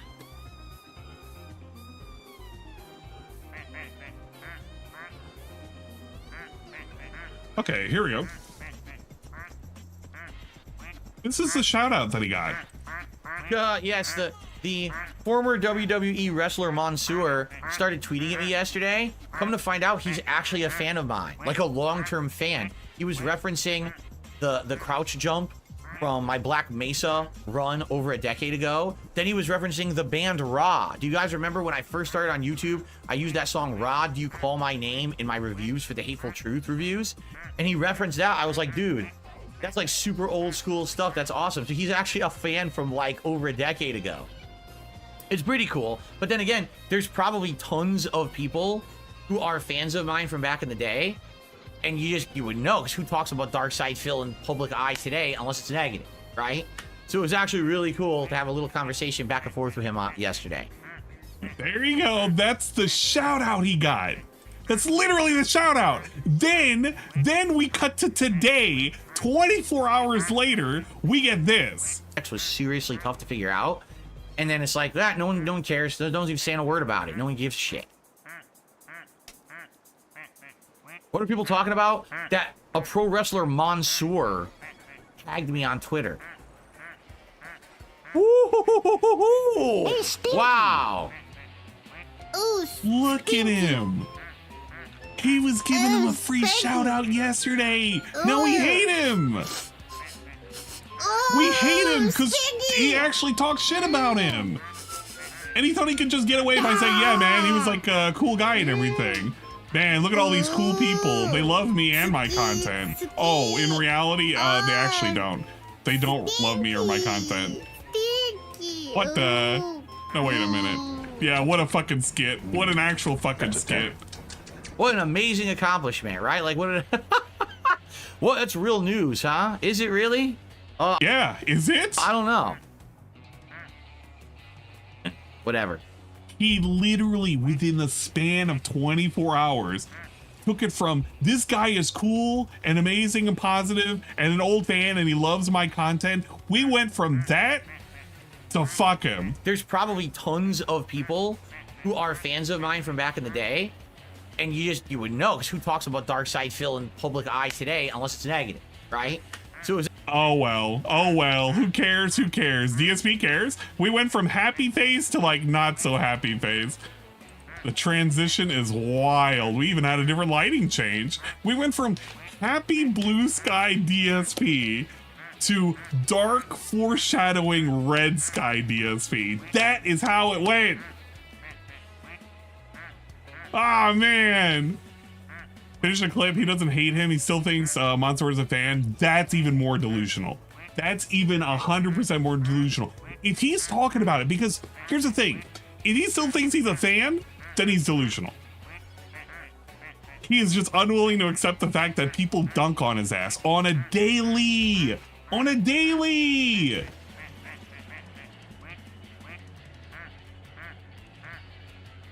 Tell you where we actually make our money, which is WWE Supercard. Okay. Shout out to all you losers who play that game Darkside Phil and spend thousands of dollars, probably of your mom's like retirement money, on this card game on your phone, because that is how we feed our kids. There you go. Shout out you dumbasses like fucking DSP. All right, if he really truly believes in the LARP, let's fucking go. Anyway. Oh no, I know, and I'm not shit talking Mansoor. He's a great guy. He was actually very nice. He actually quoted a whole bunch of stuff. Like I said, he quoted the crouch jump from Black Mesa playthrough. He quoted the song "Do You Call My Name" by Raw from Raw, who was the song I used to use in my Hateful Truth reviews. So he's actually a fan, a legit fan, which is nice to know that I actually have legit fans out there who probably are the silent majority. People who are my fans don't speak up because they don't want to be harassed by the insane people who stalk me and everyone else around me who's positive. So I get that. I really do. You know.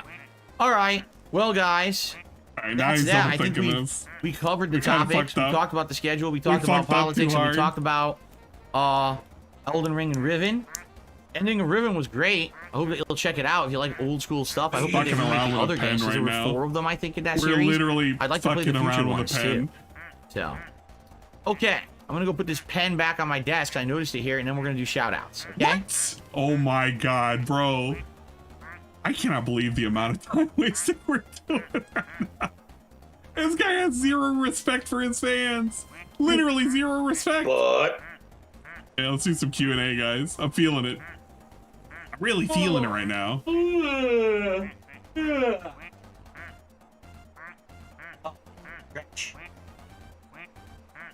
Whew. Okay, so let's do some shout outs now, guys. As you know, today's React Day. All right, and you know, I aim for a certain level of support each stream, $50 tip. Oh, we gotta hear that. And you know, I aim for a certain level of support each stream, $50 of tips. You know, we're gonna, after this podcast ends, we're gonna head over to the React show. I hope that you guys will support the show. And last week, sadly, was very low support on the React show. I don't know why, because usually we do get good support on it, so I don't know if anything caused it or not. But if you like the content, please support it. Anything you contribute right now during the podcast counts towards that show. So it'd be great if you could, all right? Please support if you can. Yeah, it'd be great all right, if you could money me. We start off today. Money me now, please. Go through the with money Avarice. segment. 9 months as a member says, thank you for never quitting and always leading us. There you go. Yes, I will never quit on you like Joe Biden. Never. Wow. What a thing. What a thing to be saying. Yeah. What a thing to be saying. But it's literally true. That's the thing. It's actually true. Wow. Anyway. Wow. Thanks, Biden. Forge did a couple of super chats. Thanks, Biden. His first super chat, he says, I support DS Politics. It's good content. Well, I don't have DS Politics or anything like that yet. Maybe one day I will. But as of now, I do not. And then Fart did a second super chat. He said, Biden has announced Kamala will be running. Wrong. He said, he endorsed Kamala as the candidate. That doesn't mean she's going to be the official candidate of the Democratic Party. It just means that's his personal choice. Ridge88, 11 months as a member, says the last president to not run for re-election was Lyndon B. Johnson. I do feel like that's crazy, right? It's true. I mean, do you know how long ago that was? No! No, I actually don't. Do you? Are you going to tell me you were alive? Or did we remember this? Insane. This is definitely a huge moment in American history. And then Abdullah did a super chat. Will React Day ever go away? I feel like it takes an entire day away from gaming. I wonder if it will become a gaming day or a second day off for you during the week. That's the point. The point of React Day is to break up the gaming. If I just do gaming every day, it starts to feel a little stale. Doing the React stuff breaks it up, gives us variety. Now I have people who come to my different channels for different things. There's a steady audience for React stuff on both channels now, actually. Dude, both on the React channel and on the Throwback channel, and it's he's like talking about somebody from the actual fucking 60s. Working. That's why I do it. If I noticed that there was going to be a big drop off or whatever, I would stop. But no, it's consistent. It's consistent. And by the way, next month there will be more reacting because June. There will be more reacting because next month I'm going to react to the Review Tech USA documentary by June the King, and then he's happy about that. He's ready for the drama because we got to react to a drama documentary. We don't have to. Remember when people told him he should look at more Wings content and he was like, I don't want to do drama content. He's salivating the goddamn mouth to do the rich fucking content. That's gonna be the content right there. You're gonna sit there and listen to DSP, listen about fucking Rich doing shit. And he's gonna be making fun of him the entire time. And you know what's gonna be the best part? You're gonna have a meta watch party. There's gonna be Rich re-streaming DSP, re-streaming the June documentary. Then you're gonna have like detractors re-streaming him, re-streaming DSP, re-streaming the documentary. It's gonna be great. It's gonna be such shit content. You're gonna be put to fucking sleep. I'm gonna be reacting to my own documentary by June the King. Rich is gonna There's give gonna up. be a lot more reacting next month. 2 hours in, he's gonna wander off. There's no new games until the 20th, so it's gonna be like Joe Biden. Hopefully, I'll get all that in before then, but we don't know exactly when those documentaries are releasing. Hopefully, sooner rather than later. It'll work itself out, maybe.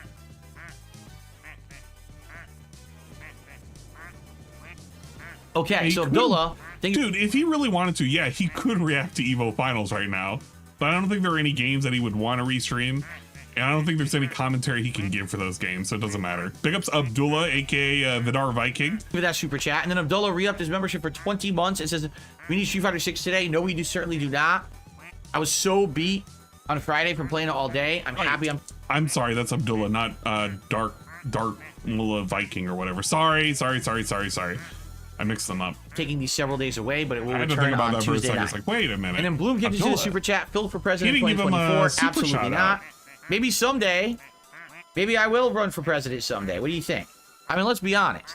If Yeah. Donald Trump Phil for can president. become president with all the controversy he's been through, which is way more serious than anything I've ever been through, and if Joe Biden can be president and he's not even like mentally sound to be a human, He's not mentally sound to be a human. Huh? I'm pretty sure Wait. Huh? Biden can be president and he's not even like mentally sound to be a human.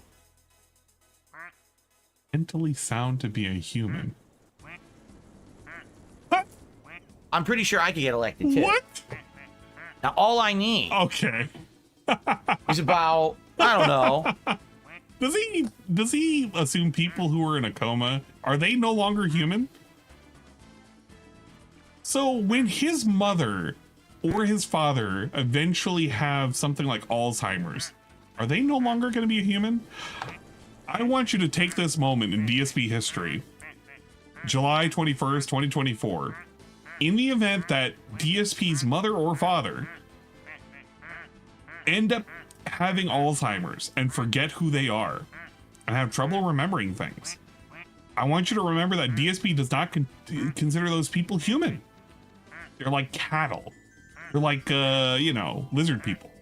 A few $100 million in campaign funding to run an actual campaign because no one will actually know who I am or see the campaign unless I become rich. So I just need to become rich. Okay, so all DSP needs to do is change the tips goal. Instead of out of $50, he needs to change it to out of $50 million. That'll be the difference in whether or not he's actually going to be able to run for president. That's actually not too bad of an idea. DSP should change the tips goal. Instead of it's reading 0 out of $50, just make it read 0 out of 50 million. Does anyone know how to do that? Anyone know how to become rich? Anyone actually know what I could do to become rich so I could run for president?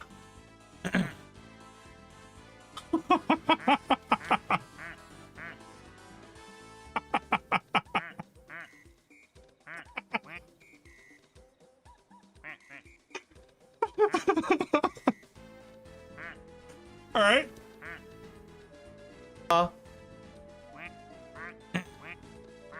That's pretty good. Anyone actually know what I could do to wink, wink, nudge, become nudge. rich so I could run for president? Yeah, you just play games badly. I have to leave the house more than once a week. Actually, that's not true. That's not true at all. I could do it all from right here. I would be the first president in American history to run the country from his office. I would live stream myself everywhere. I would just get a more patriotic background. We get some flags and shit back here, but it would be perfect. Live over the internet, President Burnell. There you go. Remember how he scoffed at the idea of Mr. Beast running for president? Yeah. Oh, you don't want... Me and Trump debating would be great, because we would get into a giant insult match. He would hit low and he would say all the horrible things that everyone knows about me, and then I would bring up all the horrible shit about him. It would just be the biggest crazy bluster match ever. So you wouldn't be above any of the politicians that you've made fun of for not having any kind of takes on current issues with like the economy or immigration or free speech or anything? Well, you would just attack each other. There you go. Phil doesn't have any kind of opinions, and he wouldn't have any kind of platform to run on. That's pretty cool. That would be great. And Philip Burnell. One time, this man, he's not a very good man, this man, he was caught masturbating on his couch on a stream. So bad. And I said to my team, This guy is not a very nice man. I can't do a good Trump impersonation, but like I would imagine it's like he would do this kind of nonsense. You should be put in jail. And then he would do a little thing where he's like holding his hands and he's like squeezing him as if he's squeezing a very tiny Brunel, and say the word China. Very shameful, very shameful. All right. So anyway, thank you all there for your shout outs. I received no tips whatsoever today. None. Zero. Oh, no. Nothing to shout out there. What? Wait a minute. Is it broken? Sadly. Is the machine broken? But I hope that I will hit the $50. Okay.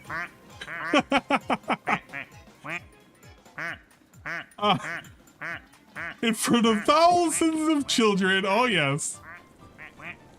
And look at him. He's staring at his phone. I'm not even paused. He's just staring at his phone, looking for Twitter news to talk about.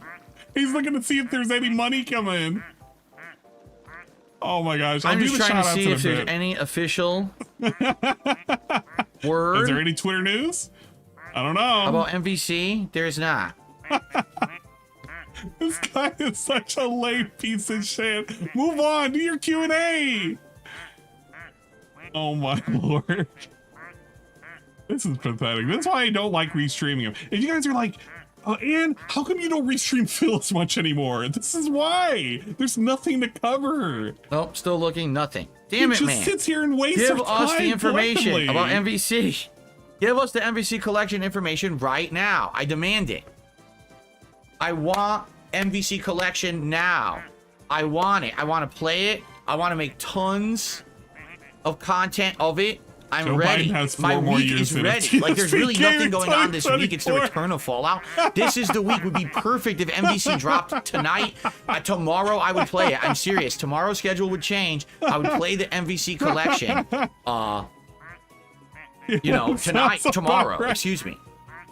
I'm ready for it. Aren't you? I'm ready. I want the versus games in my life. I want to play them on PC with my Victrix. I want to show you epic gameplay, combos, cool knowledge of all the things that I know about the games. Yeah. I want it. I want it. If it dropped right now, would I scrap the React Day? No. We're already in the midst of React Day. We're not going to change that. But tomorrow would change immediately. We would be playing it tomorrow. You can put it up for a demo. That's right. As redeemed the following TTS message. Why DSP? If you think this press stream is bad, he's reacting to the Trump shooting right now and just giving his take. No way. I need stronger coffee. No way. Dude. Okay, number one, DSP and his democratic vote doesn't count for shit. Number two, oh man, what could DSP possibly say about the shooting? Oh, don't tempt me with a good time. I may end up ending with just that one reaction. I want to see what it was like. Yeah, we're gonna have to see what it was like. I want to have DSP react to the fucking shooting. Oh, wow, man, that was pretty bad. I hope nothing bad happens to the president. Wink, wink, nudge, nudge. I don't think he would wish that on Trump, but like, I don't know. He's such a weird individual, man. He hates Trump vehemently, and I just don't understand the reason why. He talks about how he didn't pay a bill to the company, but is that all? Is that really all? He didn't seem to have a good time under fucking Biden. This is exactly what my trolls do to me every day. They try to shoot me with a sniper, dude. I try to go up on stage, my gaming platform, DSP Gaming, my theoretical stage. I go up there and they got snipers on the roofs. I can't get my moderators to sit up on those roofs because the slopes are too, they're angled too sharply. I'm sitting here giving my fucking presidential speech and they're taking shots at me. No! He's just like me, for real, for real. Future presidential candidate. I demand, I don't request, I demand that they drop the MVC collection right now, this very moment. And then we could all have epic versus gameplay all day, week long, right? He actually did bring that up now, though. He did say that they're bringing up that SVC chaos, but it's not the thing that he wanted. And he's saying, he's speculating they announced that now because they didn't want to. They wanted to wait to save the good news for the end for day 3 of Evo. I don't know. I mean, maybe not. I don't really care. I hope it comes out like in a month, so that way it's during the busy gaming season and DSP complains that he can't really play it as much as he wants to right now. But even if he jumped to it today, I don't think he's going to do that well. It's a completely different animal, at least compared to Street Fighter 6. I demand it. Hold on. Chucky sa lungguhit milky sa As your evil psycho power. The following Oh TTS my message. God. Now guys, we need to hit the Secret Service goal this stream if you want me to leave my house on my day AHF. I don't know if this was the correct move, but we have now donned the special hat, and we're now about to make an announcement. If he raises his arm up into the air at the end of this speech, I will literally be dead. I will have been murdered, and you will know who the killer is. You'll know who the sniper was. It was DSP. He took the shot. Dictator of Shadaloo, I demand that Capcom drop the MVC collection right now. Do it now. Or else you're going to make me upset. And you wouldn't like me when I'm upset. Because I'm very whiny and annoying when I'm upset. Okay? He's not wrong. I demand it. He's not wrong. For God's sakes, drop that game now. Stop holding off. No one needs you to hold off. Stop edging us. Okay, anyway. Stop edging us. Huh. I don't know what he meant by that. All right. Does anyone have any topics they'd like to talk about today? All right, guys. You want to talk about stuff? Anything interesting? Anything important?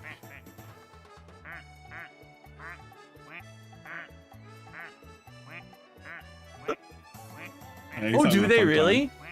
Abdullah says they now have limited editions of the Victrix Pro FS. So one of it has King of Fighter characters. Oh, that's who AAKHBAF is. I was always wondering because that account always seems suspicious. That's Abdullah. Okay, so he shortened his name down like that. Like Terry and Iori, and they have a new version with Akuma. That's cool. Although honestly, I like this one. I like that it's white because it's generic and it kind of applies to anything. I also like the color change feature because I used to have joysticks that were character branded. They were nice, but then what happens when you don't care about that character anymore or that game's not prominent anymore? Now your stick is like outdated.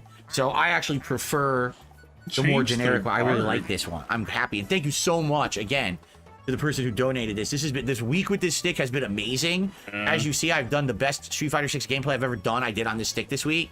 The first 2 attempts, he actually did very horrible, and he was blaming the network. Besdom1 has redeemed the following That's PTS actually message. what truly happened. Darkside Nixon.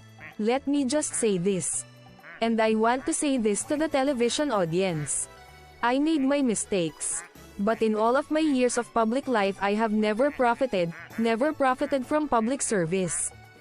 I am not a crook. Man, if we could actually get him to say that, we could get the AI to make him say that. But imagine if DSP said that. He'd be making this face too. He's never profited.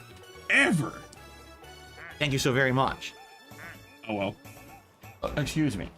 Nice burp to accentuate that. Spawn Killer did a super chat. He says, what was worse, the PlayStation Move or the Xbox Kinect? Yeah, he's not gonna like the rollback. If you're talking functionality, I know he's gonna complain the moment he finds out that they have one-button specials. I saw that advertised for that collection. So if they allow you to do that, he's just gonna be pissed off the entire time. Could you imagine? These people are all cheating. They're all using one-button specials. I can't actually fucking win against these people because they're all cheaters. And the rollback netcode is shit. I don't know why they use that to this day. But he's gonna hype it up. He's gonna hype it up until he plays it. And then he gets his ass beat, and then he's gonna be complaining about it. Don't worry. We only have a couple more weeks of nonsense to endure before we have the hardcore gay man season. It was the Kinect. The Kinect barely worked at any form or function. Like, you would try to use it, half the time it wouldn't track you properly. So actually trying to play games on that thing was a nightmare. But at the same time, even though the PS Move looked better, even though the PS Move controlled much better, when you use the Move controllers, you actually could do more and it would work better with games. It did look like you were holding 2 giant swollen testicles. So, would you rather actually waggle around with motion controls that don't work, or would you rather look like you're giving two handies at the same time? So, has he ever looked at his own pre-streams?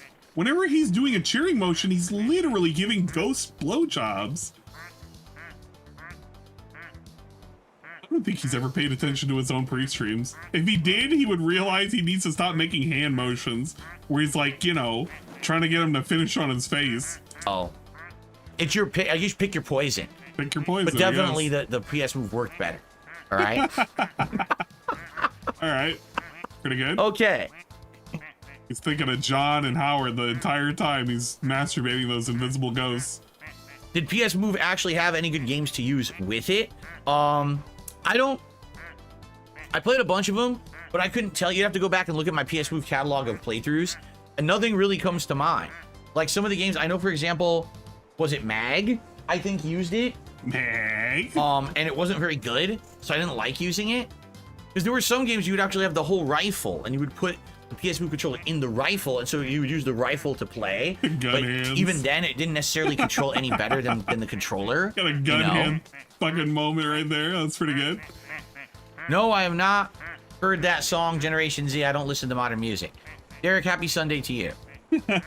What did Derek say? Was it SOCOM 4? Is that what you used the gun? I'm ready for a fun react Because I have a day. giant gun. I bought it and everything. Happy Sunday, Derek. I don't remember what the Shut games up, were that I Derek. used it on. Is he gonna get picked on? Who knows? What's with the ducks? The ducks are here to accentuate the non-existent gameplay that we're currently suffering from. How's the weather? Much cooler today. We will still be in the 80s. You want to know why the ducks exist? The ducks exist because Weatherman Phil comes over here and he tells us about how the weather is. That's why the ducks exist. Why do you... Okay, you want to know why the ducks exist? Where is he? Where is he? I'm going to find him. There he is. It's because Joe Biden and DSP Gaming are currently in the pool and they're crying right now. They've sunk their entire life. And now they're at the bottom of the pool. They're chilling out. They're not having fun at all. Meanwhile, everybody else, like Tevin, they're having fun in the pool. They're just having a good time, a grand time right now. Don't be like those two in the bottom of the pool. Be positive ducks. Don't be negative ducks. Be like Cyber Angel. Cyber Angel can go down. He's a submarine duck.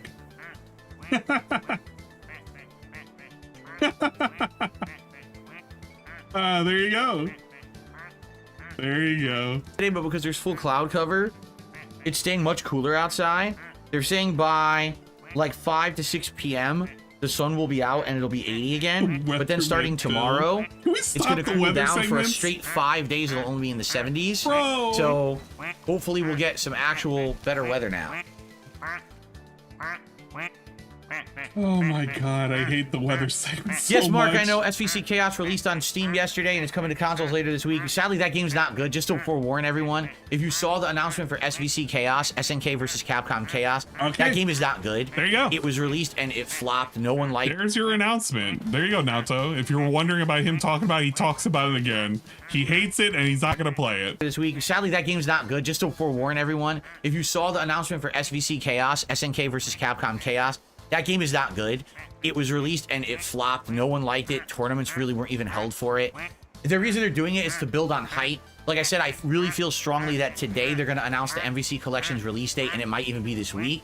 And because of that, they wanted to announce SVC Chaos a couple days early, so that way people got hyped for it first and maybe bought the PC version first to play it before. Because when MVC Collection comes out, that's all anyone's going to play. Wow. Okay, so yeah. Poo-poo. Poo-poo. SVC Chaos is not a good game. It's fun because it actually, you see Capcom characters drawn in the SNK style, which is very unique, but the game plays horribly. It's not a good playing game.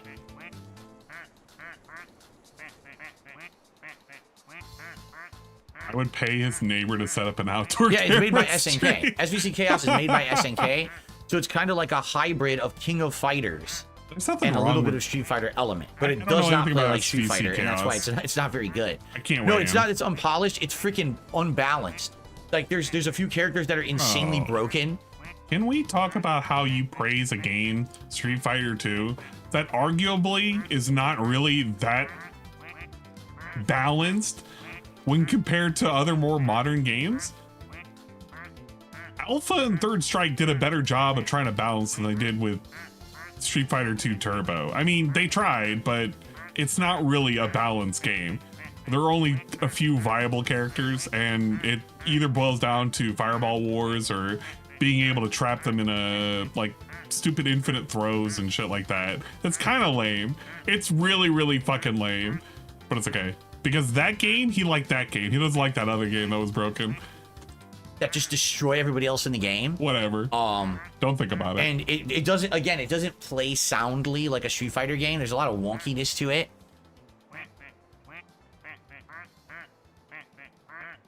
To give you perspective, Capcom vs SNK 2 is the best straight up crossover game ever made.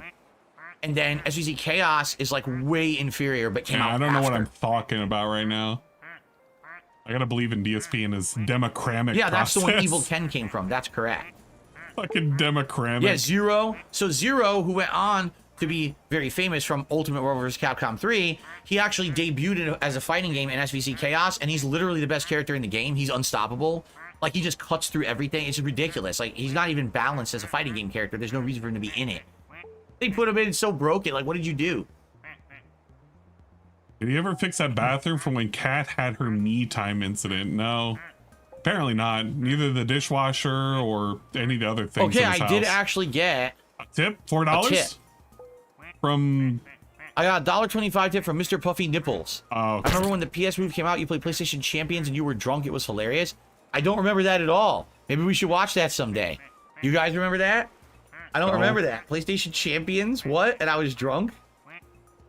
A dishwasher, the shower, one of the toilets. So there's some I tiles totally don't and remember shit. that. I don't really know. There's a lot of things broken in his house that he doesn't want to deal with right now. He dealt with the garbage disposal. He basically had to. Yes, the MVC collection has full online for Yeah, all the of the games in the vacuum. collection. They all can be played online. Forgot about the vacuum. Yes, I would love to see a Capcom vs SNK game, a new one. That would be awesome. I don't think he would play it that long. Do I think Sonic Cross Shadow will be better than Sonic Frontiers? You know, I don't know, but I mean, Sonic... You know? I don't know. Sonic I don't have an Generations is a great opinion. game. So it's that plus extra content. You think it's still going to be good, right?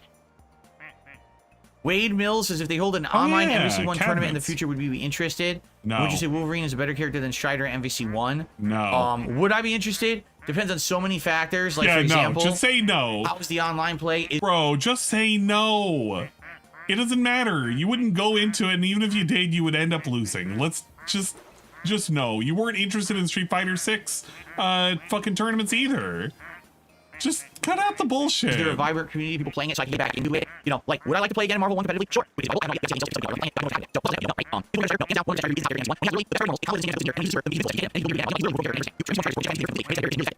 Yes, all these fucking conditionals. Get out of here. We don't need these conditionals. Next thing. Next thing for me to not care about so we can get the fuck out of here. I'm already pissed off by how much nothing we're doing. We could be doing more react to videos. I want to see, you know, Trump getting 360 missed.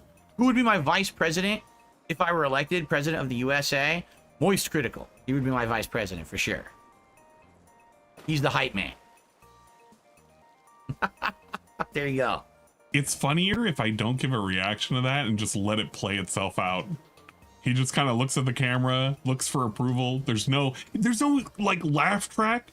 There's no like golf clap or anything. He doesn't get one of these for saying that. He just says it, looks at the camera. It's like, please laugh. Please laugh. No, I never played Tatsunoko versus Capcom. I'm well aware of what it is, but I never played it. Not the game on the Wii. Look at him smile. Heard it here first, ladies and gentlemen. The ticket is picked. The ticket is selected. Meatball Mania says, I vote that ticket. Well, get the word out. Yeah, imagine that. Moist Critical playing second fiddle to one of the most incompetent people on the internet, DSP Gaming. The guy who's sitting here and wondering why it is that he can't make $50 on a React stream. Vote for him now, right now. All right, yeah, sure, I'll vote for him. Sure, why not? That's great. Yeah, that makes a whole lot of sense. They can get him sipping fucking drinks and yelling at his chat out of context. Those would be great clips to use against him. DSP, the most hated man on the internet. Facts. Did you know that this man jacked off on the internet once? All right, guys, any last minute stuff to talk about? Because we do have to switch over the React show. Yo, could we have done the suggestion box? You want to know something? And I know somebody went ahead and tattled on it. It was probably one of his mods because, you know, they like to hang around and sit there and be like, yeah, man, in reality, these are the socks of the trolls and everything. It's like, dude, if you half paid attention on its face, it was quite blatant that it was a troll comment. But imagine, DSP removed my comment from the suggestion box, literally saying, do the suggestion box more often. It's a bad suggestion. Why would you even fucking read that suggestion out? Imagine deleting that. That was pretty cool. Pretty funny. Don't worry, eventually you'll get to the suggestion box. Pretend he never had to read a fucking suggestion of do it more often. Because that was a troll fucking comment. Why would I do it more often? I shouldn't do it at all. I just have it. It's like, God, what would it remind me of? I feel like there's a show, it could have been The Simpsons. We're going to say it was The Simpsons. But it would be like The Simpsons where they have a suggestion box and every single one of the suggestions, when you put them on a piece of paper, they drop into like a furnace. And the furnace just keeps everybody warm. Your suggestions literally help to keep this place going. That's what it is. That's what it's like over there. Every single one of those suggestions is just another mailed in envelope to go into the pile that's currently burning. Fuck it. Mark, you just heard the news about Biden? Yeah. The Oblongs. I forgot about that show. You know what? I'm still gonna say The Simpsons did it, but it did exist in the Oblong, and it was what's his face? The dad. He kept putting them in and everything. Oh man, it happened right at the beginning of my show. Like literally as I was starting up the podcast, it happened. What a good show. I forgot about that thing. Your whole family was fucked up. Oblongs were base. They were pretty cool. That was a good show. Don't worry. One day it'll come back. It'll get a reboot just like King of the Hill. No, they're never gonna make Evil Within 3. That's all done. The studio doesn't exist anymore, dude. The studio's been disbanded. You know, they're never making another one. Pickles, the mom is how I imagine Linda. God damn it. Derek, I have no idea what you're talking about. Derek, you literally said, I did want to let you know that just to let you know. You didn't say what you're letting me know. So I have no idea what you're letting me know because you didn't tell me what you're letting me know. Yeah, Evil Within was owned by Tango Gameworks. That was the Shinji Mikami company, and they went out of business. They were Derek derailing as usual. Let go. Oh Remember? my god. This just happened. Everybody's shitting on Derek now. Derek's on thin ice. I pray for the one day that Derek gets banned. I'm gonna laugh at it. Put it up on a wall, frame it. Derek, if you want back in, you're gonna have to give me your channel ID. I don't know it by heart. Send me an email. Apologize to me. And seriously, all day I'm gonna be opening my phone, checking for news to see if they dropped the MVC collection. Yeah, all day I'm gonna be paying attention. All day I'm gonna be looking for a game that I'd rather play other than these other games I could be playing. Really shows you how much he cares about his playthroughs. He could be playing these games right now on Fightcade. He doesn't want to do that. He wants to do it on another thing. Which, by the way, spoiler alert. If you really wanted to, you can get his IP through those direct connections anyway. Even if it's through a video game. Even if it's a licensed video game, you can still get his IP if you truly wanted to. It doesn't prevent him from, like, having the IP leaked. It's just through a different avenue. But he's trying to pretend like, oh yeah, man, it's foolproof. Nobody's gonna actually fuck with me here. I guess so, Phil. I guess so.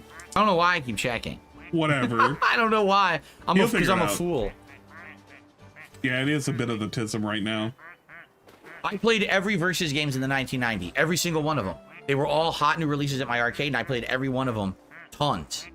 The 90s was more than 20 but years ago. But has redeemed the following TTS message. You know how sad that is? I doubt they will drop it because all the famous MVC dalawang pros are at Evo, so they won't be there to do the ladders. Yeah, they're probably not going to drop it day one. They might do it at the end of the month. And I hope it's at the end of the month. It gives more time for everybody to get home, get comfy, for them to put it out, and for him to complain that there are a whole bunch of new games that he could be playing, but he's not playing. So I know all about them. The one that I know the least about is X-Men Children of the Atom, only because at that point they weren't competitive yet. That game was okay, but it plays very slow. Marvel Superheroes got way better and has tons of combos and fun stuff. And then they started the actual versus games after that, and that's when they really get good. Yeah, I know. Is it sad that my most hyped new game release is the Marvel vs. Capcom collection? It seriously is. Like, I'm so hyped for it. I can't wait to play it. And it's like, why is that my most hyped game release? That's sad. Is it sad? Yeah, I mean, at the same time, it's good to have something. But what's your most anticipated game of the year? Is it any of these big AAA releases and giant games? No, it's a collection of classic fighters from the 90s. That's my favorite game, right? I actually think that's a lie. If I'm not mistaken, Like a Dragon was initially his hyped game. And then I feel like after that, the Elden Ring DLC was his hyped game. So he's had at least 2 hyped games of the year. And he talked about them at length. He even did a whole Elden Week segment where he had all the fucking pictures of Dumas all over on the side and everything. It was like Elden Week, and all that shit. But I guess, you know, he's been burned too many times this year and he's kind of hating AAAs. So he's waiting for this other thing that's effectively a AAA. It's just priced at a single A price. No, I didn't quit playing Stardew Valley. I don't know why anyone would be saying that. We're playing it tomorrow night. Yeah, exactly. A collection of games that are literally from the arcade 1-up version. Wait, so these games are no longer AAA? What makes a AAA game a AAA game? If you remake, or if you re-release a video game from 2005 or like 2000 or the 1900s, is it just because that game company wasn't a AAA game company or they didn't have that moniker back then? They're no longer AAA? What does that mean? Capcom is a AAA company, I guess. They release AAA games. Is he talking about budget? What constitutes as a AAA game? I don't really want to know. Don't worry. Phil can tell us. It's a price point thing. If it ain't $70, it ain't AAA, baby.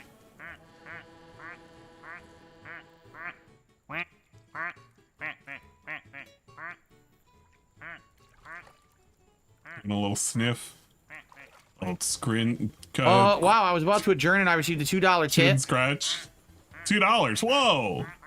Oh, it's Debo. I would love to be your running mate. Yeah, Debo, by the way. The band guy. The guy we don't talk about. I've already chosen my running mate. It's too late. Okay, we're going to add the $2 It's too late for you, Debo. But thank you for the $2 tip. We didn't like Debo. We've made fun of Debo multiple times. Big ups, $3. Okay. All right, guys, we got to adjourn so I can get the React show going. Thank you for watching. What a wild podcast. Let's hope that the announcement comes through today, and tomorrow we'll be playing the Marvel vs. Capcom collection. I would be super stoked. Okay, let's go, guys. All right, I don't know why. I lost track of time. Fool. I'm just an old fool. Sorry about that. Get everything set up here. Oh, look at those. Look at those potential videos we're going to fucking watch. Inside the response. That centered? Man, yes. We have so many bangers to show you. And let's get the logo. Look at that. Ultra vids. We got Inside the Response, a review of the fucking shooting. And let's test pop-ups, which I don't think are going to work. They'll probably make me log in again, I bet. Yeah, they do. That's kind of what happens when you have 2 different channels. And he's got nothing considering going I just clicked on everything, it froze. They're probably going to make me log in again. Oh well. I guess it's kind of hard to click on things. I've seen clips of Third Strike at EVO. That's all I've seen. And the Third Strike gameplay at EVO was insane. Like super duper high level shit, which is awesome to see that game played like that.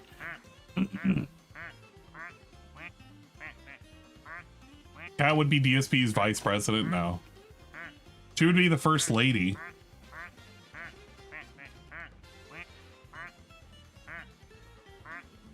On work. Oh my if you god. haven't watched anything from Evo, Maximilian already said MVC collection isn't ready yet. Work. Doesn't surprise me. Oh my god. He doesn't care though. He doesn't keep up with that. He wants just an official Twitter account to be like, there it is, there's the game. So he can get hyped and fucking purchase it day one. Like it may have a different game to play. Yeah, I knew it. It wasn't logged in. I knew it. Derek is I knew that was gonna happen. No, we don't need Derek as fucking DSP's VP. Number one, I don't think that can work with him being Canadian and everything. Okay.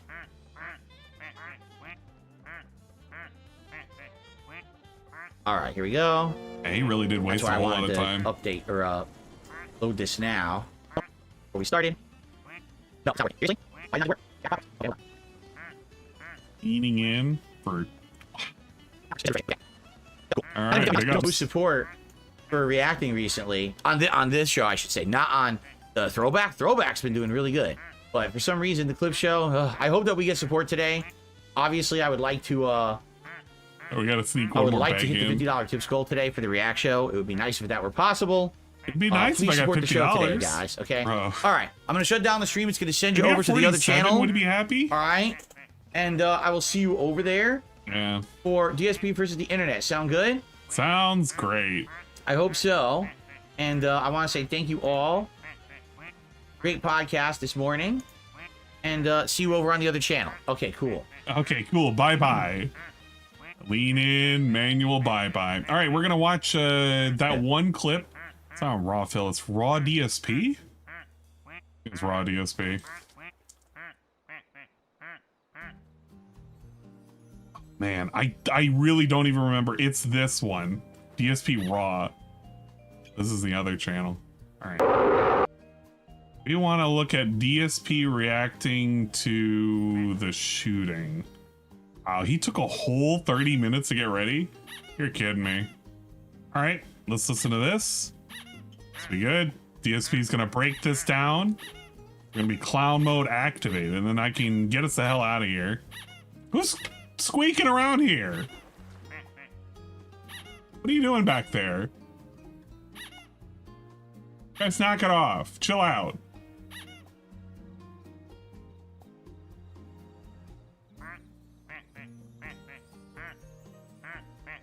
Can we do it the same way? I actually just don't even want to watch the video. I'd rather watch the ducks.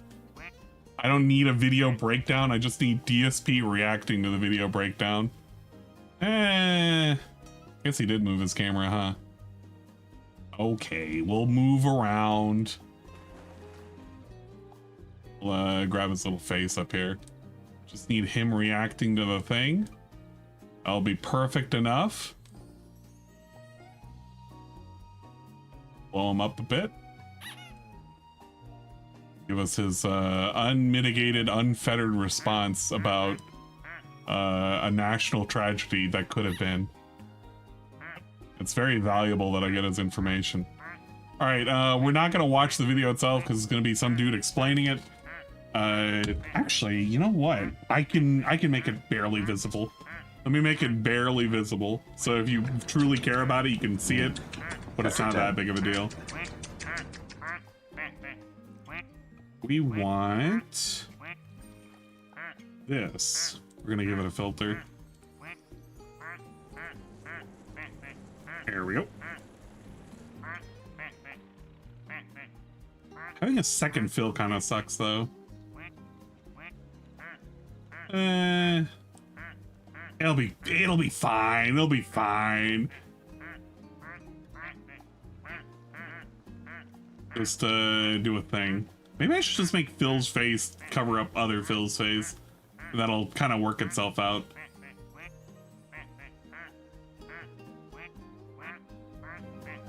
Feel nice and chill right now. We're in full chillaxation mode. This is the shit that I wanted to do. This is how I wanted to spend my Sunday. Analyzing some guy try to analyze another guy over a thing that happened to a third guy that could have been a national tragedy. To some people, they would have been hooping and hollering. It would have been like a fucking holiday for them. Officers. Lieutenant Tim. What, let's see. Task and Purpose. I've never heard of this channel. I was just curious, like, what kind of a channel this is. Task and purpose. Here we go. Doesn't say. I wanted to see if it had like a description. It doesn't say. You got, of course, you got tons of views on the video, right? Okay. You can click on the channel and see the retired law enforcement officer who has extensive experience, having worked 5 presidential details in the past, said this on X. They basically formed a bulletproof barrier around him. They didn't let him stand up until after the computer was down. Command has been redeemed. No! Please leave your details for Anne to collect and create at his next possible convenience. Thank you, Ivan Zephyr, for the redeem of a customized entrance. I will be converting this into a sound format here momentarily. Thank you very much for spending your hard-earned points on getting a customized entrance. Anytime, for the first time when you talk in my channel, you will annoy everybody by having a sound play for, I'm assuming, all of 10 seconds because you did a 10-second thing. And if you need it changed in the future, you can do so by bugging the shit out of me, and I will do so at my next possible convenience. Thank you so much for dedicating those points towards changing your entrance. Ah, yes. They would have gotten communications through their radio devices in their earpieces confirming this. At this moment, the agents are not just protecting Trump, but they're also checking his body for additional injuries and assessing his condition to see if he's ambulatory or not, to see if he can move on his own. Because when someone's adrenaline is pumping, shock can prevent them from knowing if they have multiple injuries. It's actually not their job to return fire immediately, and that's because, meanwhile, the Secret Service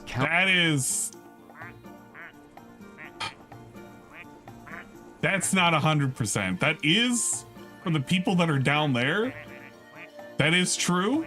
They're not going to go around just shooting. There's going to be a dedicated detail for assessing, a dedicated detail for defending, and a dedicated detail for bodyguarding, literally being a human shield. That's how it's going to work. But I feel like that's partially out of context. Our sniper team, located here on this rooftop, returned fire within moments and eliminated the gunman here 130 meters away with a shot to the head. It was roughly after 10 seconds, though.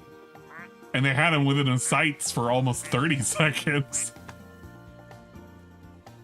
That's the fucking horrible part about all of this. About 16 seconds after I'm doing the shooting first started, I need to stop final reacting. Gunshot can be heard, presumably from the counter-sniper team. Tim McMillan put it this way, saying, quote, "People have wondered, how could the counter-snipers in the video not have seen the would-be assassin prior to him getting off a shot?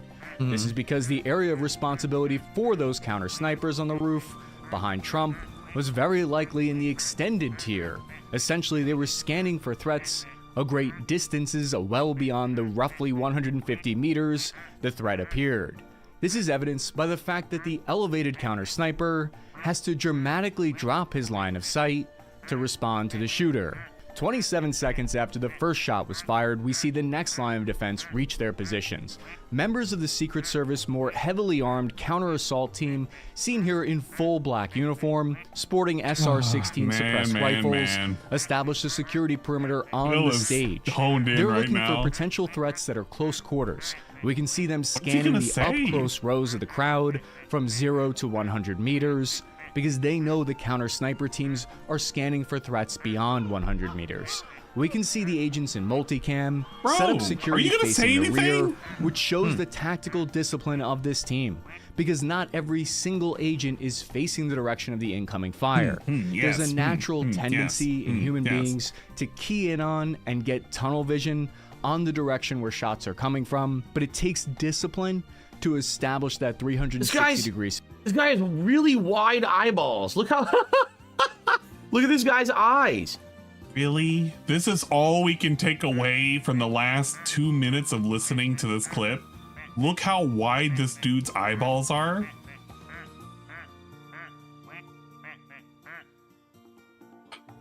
Do the agents glow? I feel like they may have been glowing. I don't understand how, number one, there was a gap in the whole perimeter that they had established in the first place.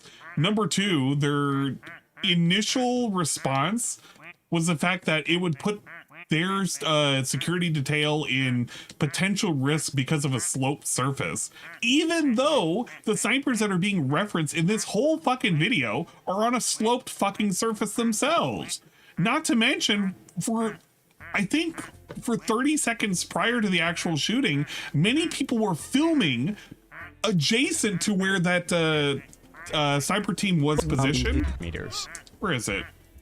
Adjacent to where they were positioned over here, they were pointing into the direction of where they saw the would-be sniper, and no action was being taken. Now you could say, okay, well, it's in their extended range, they can't really tell, you know, blah blah blah blah blah. But there's a lot of footage that is floating around that is showcasing that there was a lot of inaction. Apparently there was a police officer supposedly that had went up to investigate that particular area, had encountered the shooter, and had backed away and was trying to call it in. Not to mention that there was prior reports of him kind of scoping out the area and walking around outside of the chained perimeter. They have him on footage for a lot of different things. Hell, they had people that were like nearby actually videotaping him almost for a full minute and a half before the whole thing went down. Yeah, exactly. They waited until the sniper fired before firing. That's what I feel about it.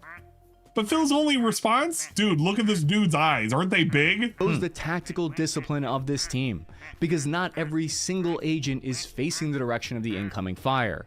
There's a natural tendency in human beings to key in on and get tunnel vision on the direction where shots are coming from, but it takes discipline to establish that 360 degrees. This guy has really wide eyeballs. Look how look at this guy's eyes. Holy shit. He looks like an anime character. Is he on, like, is he totally wired right now? Why? I just like, what is he an anime character? Bro. Brother. Fellow human being. Are you serious right now? Are you serious? What's going on? His eyes are like, and so what the wow, I'm really interested in this topic. Oh my god. You? Somebody paid money for this. Whoa. Yikes. Anyway, Yikes, so far it's interesting. Yikes, what? But no, what I was wondering was when this happened, like, can you immediately tell where the shot was coming from? See, I didn't listen to follow-up news reports, so I actually don't know how many shots were fired by the sniper. If it was only one, or I think it was more than one, right? I think that they had said that the first, like, one bullet had grazed Trump, but there were more bullets, and that's sadly what hit the people in the crowd or something.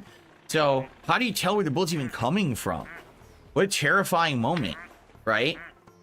And I mean, it's good they have the counter snipers there, but does it really make sense that the counter snipers are only looking way out and not what's right in front of your face? Like, so they missed the guy because they were looking way too far away.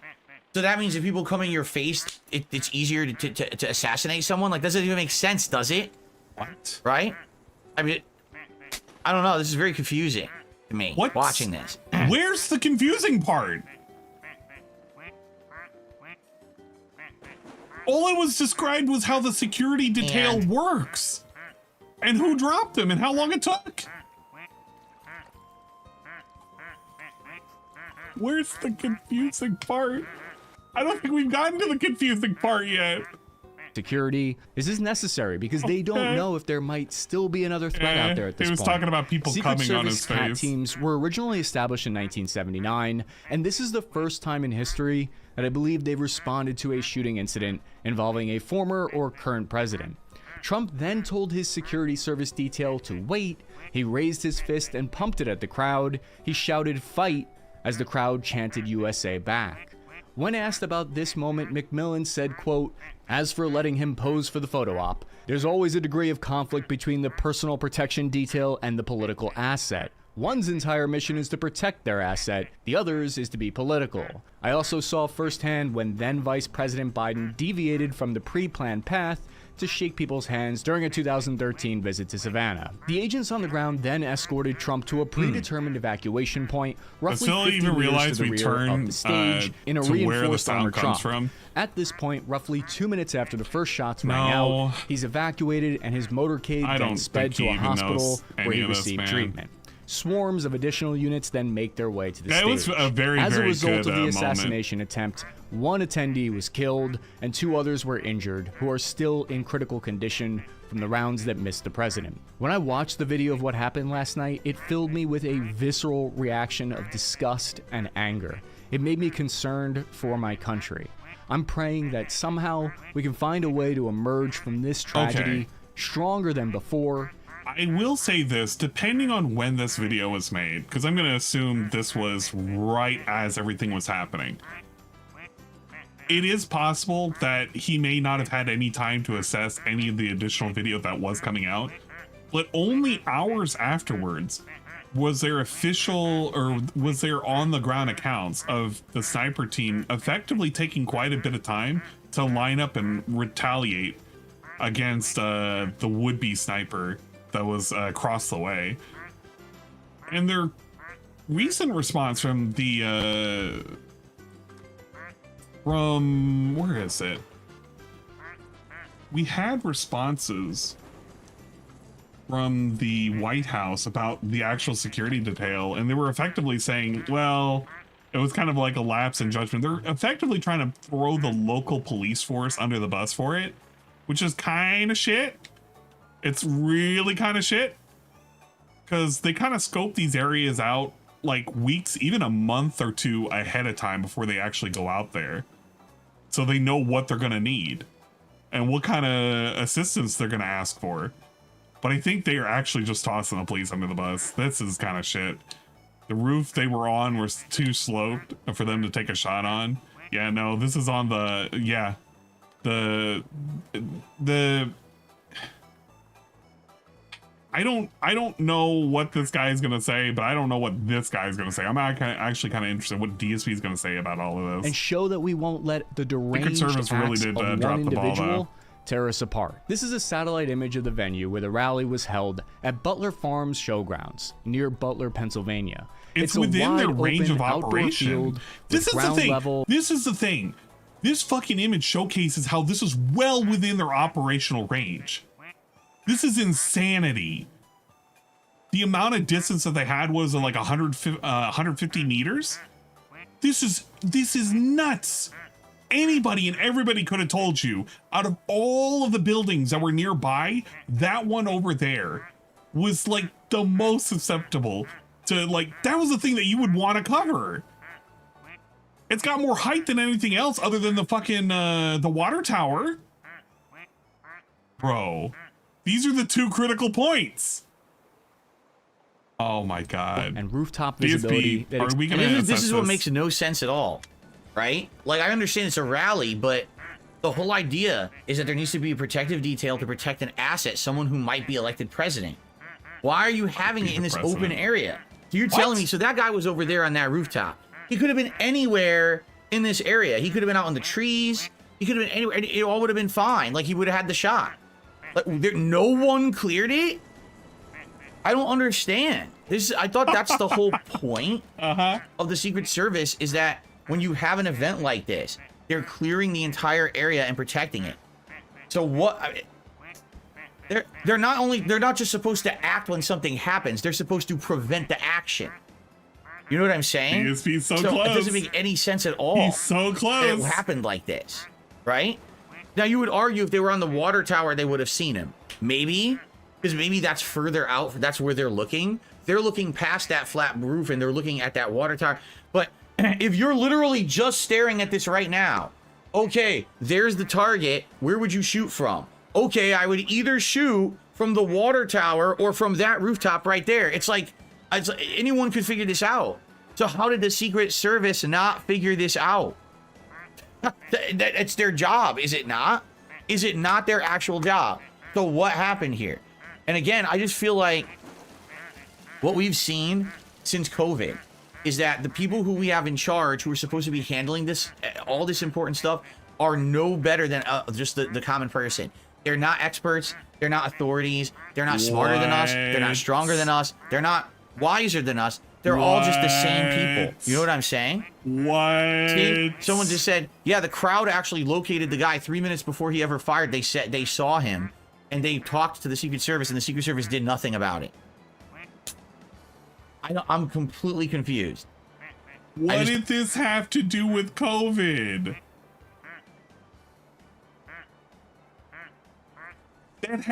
What did any of this have to do with COVID? I mean, I get it. He's assessing it correctly. He's like, yeah, that should have been within their operational range. The water tower and the fucking roof are within that range, and these are places you would look. This is correct. What did this have to do with COVID, though? That's literally out of left field. Don't understand. Okay, whatever. Extends over 100 meters in every direction. The gunman was able to somehow evade security and managed to get onto this rooftop here. It's about 420 feet or 130 meters away from the podium and stage where Trump was giving his speech. He was on a one-story building with a pitch that's probably about 25 feet in elevation. Law enforcement reported the shooter used an AR-style rifle recovered at the scene. This suggests that it's most likely a 5.56 round. If that's the case, with a scope, 130 meters is an incredibly easy shot for someone who knows how to shoot. Wow. The 6 to 8 bullets appeared to miss President Trump by only a few millimeters after he turned his head slightly to the right. The gunman might have aimed for the head because it wouldn't be unheard of for a politician to wear body armor during a speech. It looks like the Secret Service counter-sniper team were using what looks to be a special version of the bolt-action Remington 700 with a suppressor firing a 300 Winchester Magnum round with a powerful variable scope. For reference, that's got substantial recoil and pinpoint accuracy out to 800 meters and beyond. To the point of what McMillan was saying earlier, this is the type of rifle that you'd be looking for extended range threats beyond 150 meters. This video posted on X of the counter-sniper team has 15 million views, with people disagreeing on whether or not the would-be assassin took the first shot or if the counter-sniper team fired first. The way I look at the security measures are that they're a tiered and layered approach. The sniper team is one of the last lines of defense. If they're pulling triggers, that means a lot of other steps have already gone wrong, because ideally a shooter should never even have gotten within a mile of an elevated clear shot of the former president. People are inevitably going to be picking apart the split-second decisions of the first responders, and I can understand why there's some value in that. But I think the more important question is, how much resources and funding were they given based on the tempo of their operations, and how big was Trump's Secret Service personnel detail? How many resources did they have available to them? How thin were they spread? In Tim McMillan's analysis, he stated, quote, "Based on limited details at this point, in my opinion, the security breakdown occurred in the middle tier, which would likely include law enforcement who were supposed to be assigned to the area near the outbuildings." There you go. They're tossing local law enforcement under the fucking bus, which is absolutely sad. It's not 100% on them.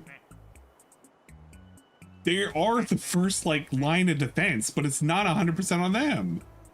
History was at a fork in the road here that was determined by less zero than an accountability, inch in a fraction of a second. This building that the gunman took up a firing position on is not a part of the Butler Farm Show perimeter. It lies just outside and belongs to a different company called AGR International. They're a supplier of automation equipment for glass and plastic packaging, but that could be one potential reason as to why this happened, because it was outside the perimeter of the event. But beyond a few trees, there's nothing between the president, just a wide open field that separates the two. The Secret Service advance team would have created a plan weeks in advance that normally would have identified every single elevated potential sniper position within line of sight. A quick count shows there are about 18 buildings that have a clear line of sight that I've marked for you on the map. Agents would normally either have someone posted up on each location, or they would strictly control access to all these buildings on the— So where did this go wrong? This is a humongous breakdown in how the Secret Service is supposed to be working. I wonder, I mean, this video is from a week ago. What other information has come out? I heard rumors, it's just rumors, that they were actually going to have the head of Secret Service step down. That apparently this was so bad of a breach of protocol of what they were supposed to be doing. And then he almost died because of it. That someone's head has to roll for it, and it's going to be the head of the Secret Service. That is, but maybe that's not. That is the correct. The person who's currently in charge of the Secret Service was initially somebody who worked for Pepsi security. I don't know how good or not good that's going to determine anything, but that is actually the case. But yeah, rumors of them stepping down, no. I think it's more of demands for them to step down. Not rumors. Not true. I don't know. That was a rumor on social media yesterday. But this is just insane to me. Like, of course, there's conspiracy theories. Some people are saying, oh, well, you know, it's a setup. Obviously, this is all set up. They wanted Trump to be murdered or something. I don't know if I believe that, because obviously that has insane implications.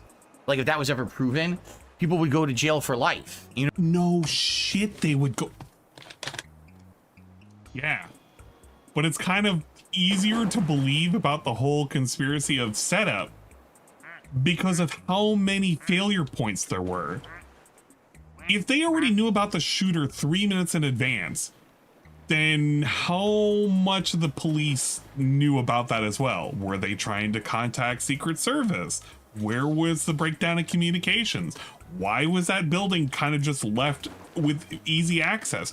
Why weren't there people already trained towards that position? When there were requests for additional security detail, was that actually held back? Did the Biden administration just say, yeah, man, you don't actually really need that? There's a lot of questions that need to be answered, but I don't think it's that far-fetched, considering we had JFK. Come on, man. Come on, dude. You know what I'm saying? Like, are people really willing to do that just because they don't like a political rival? I don't know. What? Maybe. I want to hear that again. Hold up. I don't know if I believe that, because obviously that has insane implications. Like, if that was ever proven, people would go to jail for life. You know what I'm saying? Like, are people really willing to do that just because they don't like a political rival? I don't know. Oh my god. Oh.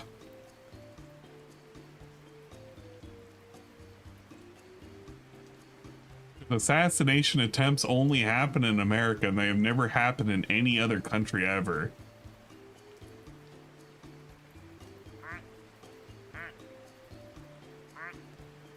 Like I have to.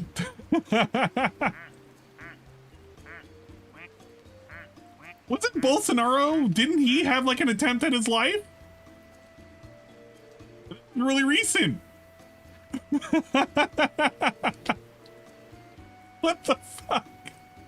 This guy. Okay, whatever. Maybe not. Jesus I don't really Christ. believe that. I just feel like everything, it's incompetency, right? Someone didn't take it seriously. Someone thought doing the bare minimum would be enough, and it wasn't. How do you have counter snipers sitting there staring at the perimeter? What about the Japanese? We had somebody assassinated within the last decade. I don't mean to be laughing, but I'm laughing at DSP thinking, oh yeah, they wouldn't just allow somebody to just, you know, assassinate a political opponent, right? They wouldn't do that, lie on the internet, right? And he just says it with the utmost confidence, like he knows what the fuck is going on. I can't. This isn't reality. This is like a fake version of reality. Of where the guy is, oh my and they don't see him. He's literally, people in the crowd saw him. Abe's, you know what? There are people that have already memed that Abe actually was the one that stopped the bullet. He caught it in mid-fucking trajectory, and he deflected it like Star Platinum. But Chathigin has redeemed the following TTS message. Planning assassinations are against the law, moron. No one would do that. Yeah, no one would do that. It's against the law. Why would somebody break a law like that? Trying to assassinate somebody. Nobody would ever do that, right? No, it was Abe whispering in his ear. It's like, Trump, look over here. And Trump turned. He turned over to the right. He grazes his ear. He's like, the fuck? Did something bite my ear? And he's just sitting there smiling from heaven, giving him a thumbs up. I saved you. Somebody's gotta have that animated. I don't understand. Oh man. Yeah, Abe became Trump's stand. I don't know. Yeah, breaking the law is illegal, dude. All right, let's go to the next video. That's enough of that. I don't even know what else to say. Again, ever since COVID, what we find is more ineptitude by humans. We think there's people in place to take care of all this stuff, so we're all feeling safe and cozy and protected. Fucking humans. Absolutely not. They can't even protect former presidents. It's like no one has common sense anymore. You know what I'm saying? Okay, you want to talk about common sense? Let's do a little thought experiment for common sense sake. If Trump was placed in jail, does that mean he gets a Secret Service security detail? Does he get that because he's in jail now? If so, how long do they have to be in there? Because what you're effectively doing is you're jailing people that have never committed a crime. They have to sit there in jail for perpetuity and protect Trump. Is that how it would work? Apparently. Because nobody's ever done that thought experiment. I don't think DSP has. I don't like when DSP likes to think about things, because when he does think about them, he doesn't really think about it all the way. Yeah, man. These fucking inept people, dude. That's the problem. It's just like no one has common sense anymore. Anyway, okay. Is that it? Oh my god. And then we're doing a Singapore video about prison services. I am not watching this. It's literally Singaporean prisons. Why do we have a video about this? Who paid for it? And at some point, DSP stream became unavailable because he watched the Singapore video, actually. That's pretty cool. He came back and what did he say? What did he complain about? I want to hear his complaint when he came back. Know about it. How would you? Okay, here we go. He came back. What did he say? 8 months as a member. Thank you so much as being an ultra member, Bloomkit. He's asking, when did this happen? Is Trump okay? I'm pretty sure you know about it. How would you not know about that, Bloomkit? You're just being facetious. Derp level critical. Thank you for 3 months. An hour-long react. A 45-minute react for you. Big ups Bloomkit for giving some money. But by the way, if you are interested, patreon.com/darksidephil, FYI. And $50. I'll react to your shit. Contact me. And what I mean by that, don't just send me money and be like, hey, react to this. Please email me at darksidephil@hotmail.com. Let's talk about it beforehand to make sure it's something I'm interested in and I approve. Because then, what if you do it, you send money, I'm really not interested in it, then I'd have to send the money back, and then it's all bullshit to do that. Yeah, so rather than that, I'd rather just approve it first. That way we don't have misconceptions about the video or whatever. But I do them every month. I do them for Slayer. This past month, I did 2 more. Yeah, one was like 20 plus minutes, and the other was almost an hour. I reacted to a musical album for somebody. So yeah, I do these private react videos, man. For sure. You know what? And then I'm actually kind of glad. I said this for a long time. If you're gonna give this dude money, make him work for it. If you're gonna give DSP some money, do it via Patreon. Give him $50 and have him react to like a 30-minute long video about like people getting pegged or something. Because then he has to sit there and he has to look at it and he has to react to it if he agrees to it anyway. Have him react to like mundane or ridiculous or like nonsense. That way he has to spend all of his life energy doing it and he has to complain the entire time. If you're going to give him money at all. Derek, 11 months as a member, says, hot dog in a brown liquid, I'm feeling queasy. What? It looked absolutely disgusting. Yes, it did. It was stomach turning, to say the least. All right. Okay, never mind. Let's continue, guys. You ready? Let's continue with... Does he even say anything about his stream being unavailable? Here we go. I guess he didn't. Hello, everyone. He must have said it on his stream, but his stream would have been cut. Where's DSP Gaming? Oh, wait. It's not on that. It's DSP Reacts? Oh, I hate these channels, man. These channels suck so much ass. Oh, he got hit again? Can we? Oh my god. How many times are we back? So that's sad. Actually, the game doesn't look that bad to me. Actually. The crash system. What I was gonna say about the crash system was the crash, that explosion, is from Guilty Gear, actually. I forget what they call it. I think they call it. Okay, we should be unblocked now. I have no idea why that happened because we've watched videos from that YouTube channel before and never had a problem. You figured that one out. I have no clue. But anyway, we're moving on now regardless. So let's do some shout outs. Okay, that was that. And then what is the most interested in checking out, except I don't know half the cast. So it's kind of like if you don't really understand half of the game because you don't know who they are, I get why it wasn't popular in the USA. You need to know the cast. That's also why the Marvel series was so popular, because everyone knew Marvel characters. I'm so over this already. So by the way, yeah, some people are wondering, how did a 5,000 view video just get blocked? Do you think it was the Soulja Boy clip? What do you guys think? Do you think it was the Soulja Boy thing? I don't know, because I didn't see anything in there that would have been. Oh, you know what it probably was? The anime. Do you think it was the anime clips? Maybe that's what it was. It was the actual Tatsunoko anime clips. Oh my god. That might be what it was. Yeah, it wasn't Soulja Boy at all. Okay, whatever. He's going through his reacts and he's going through the nonsense. You know how it goes around over there. Okay, big ups. I don't want to listen to the rest of the react because I don't want to react to the react of him reacting to other people doing stuff. It's just not my thing. You know, it's hypocritical because I consider this the lowest form of content, but I myself am doing the lowest form of content by reacting to DSP. So don't think about that. Think about the fact that I just don't want to do it. Big ups. Okay, I'm done. I wanted to listen to DSP's political take and also his thing about whatever the fuck he did. He did something. It was like something about Trump. Trump being an evil, evil man. He didn't do that. He didn't say that. He was talking about how Joe Biden was a liar. But what if he said Trump was an evil, evil man? It would have been interesting. More interesting than what it was today. Yeah. At the end of the day, we all had cool ducks. They were hanging around. They were chilling out, having fun. That was more robust and interesting than anything that DSP truly talked about today. Sorry I had to do an impromptu stream. For some people, they were like, Ann is coming back. He's doing more fucking YouTube things. Not really. I don't know. It's not the poo-poo on people on YouTube. It's just I don't have anything to react to with DSP.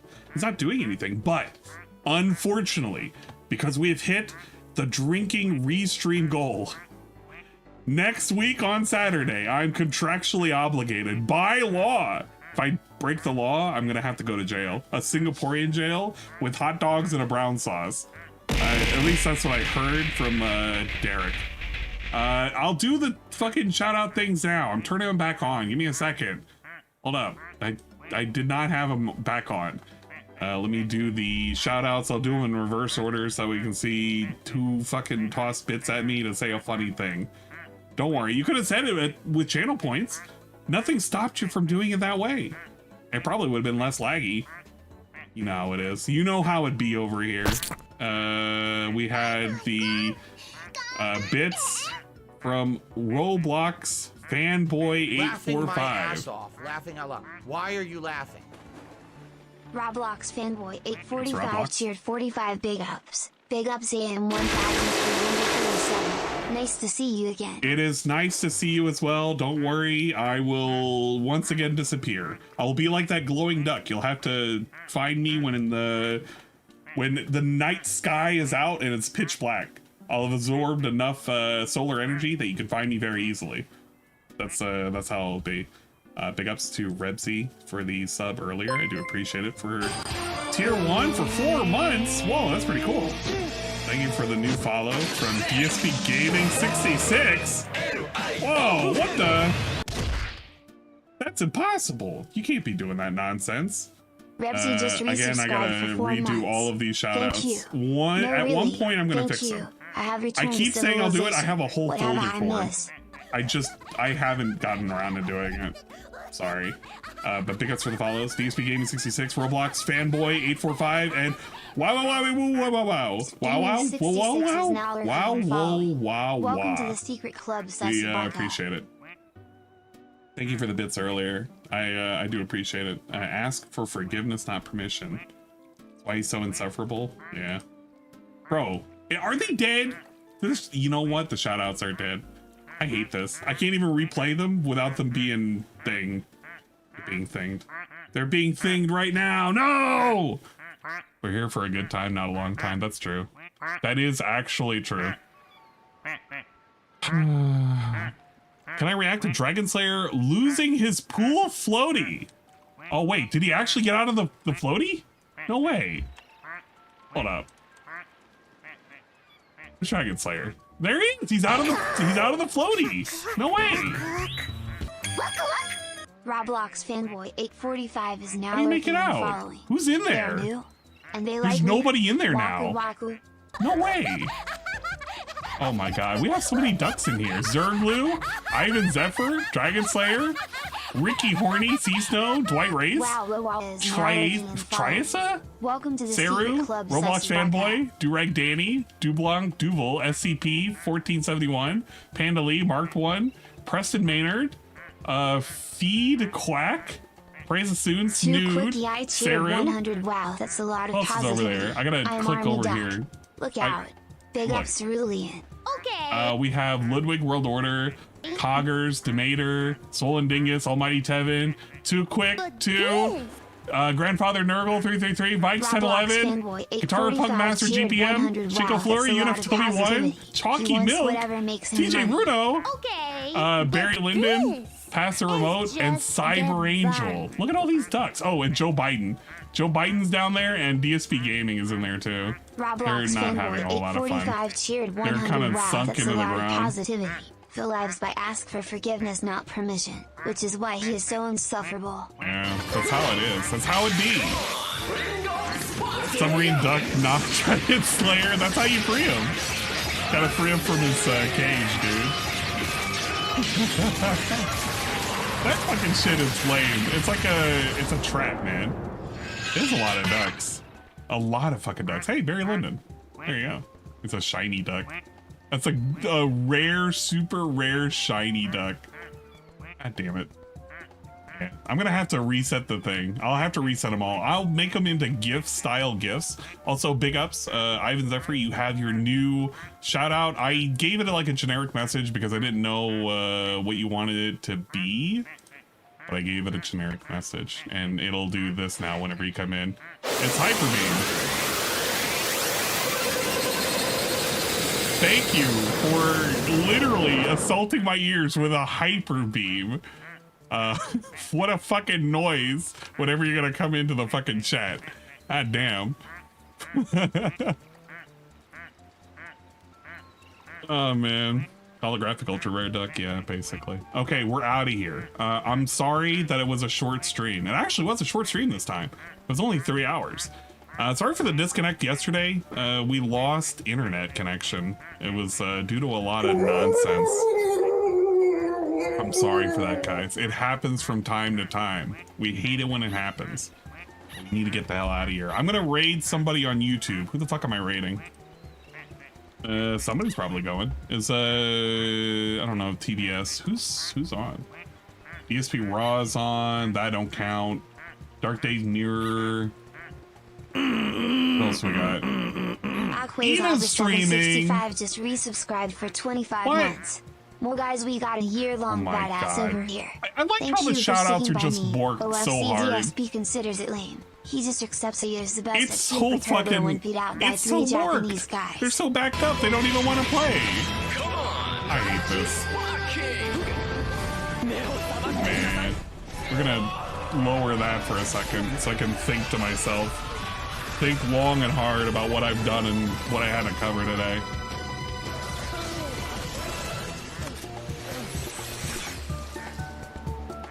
Apache_GoT just resubscried for 23 Hungrybox. months. Hey, Hungrybox is on. That's pretty cool. Atlas is on. Oh, yo, we can raid Atlas. He's got a thug style restream. Oh, he's actually playing. Oh, Tony Hawk's Underground. Hell yeah. Let's fucking go. Actual cool ass content. I think about Tony Hawk from time to time. The real Tony Hawk, not the fake Tony Hawk that comes over to Perry's house and talks about nonsense. That kind of shit needs to be exposed. Needs to come out. Thank you so much, Baka. We're gonna send you guys over there. If you're in the Discord, we're gonna catch up with the anime that people didn't see because they fell asleep. That's what we're gonna do. That's on the docket. All right, YouTube people, bye-bye. We're sending you off. Have fun over at Atlas's place. He's a cool content creator. I'm so glad he's around. He can take up the mantle of being a pretty swell guy and making content. Whoa! Did I hear that Biden dropped out of the presidential race? Roblox fanboy 845 cheered 100. Wow. Listen, okay, Stray Fox, I'm not gonna shoot shots. But I am saying I was looking at your video. I don't want to get in political shouting matches, but you know how I feel about everything.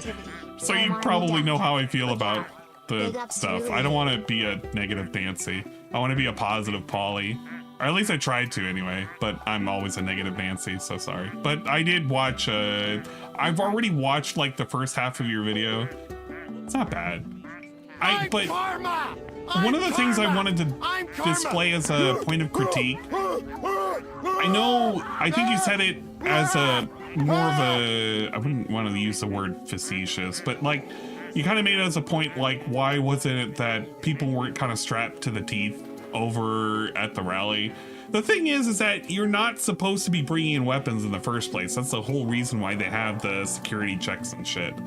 So technically, just because they're Republicans and they support the Second Amendment, the thing is that it's not going to be a bunch of cowboys in there wanting to shoot up, you know, the shooter over there.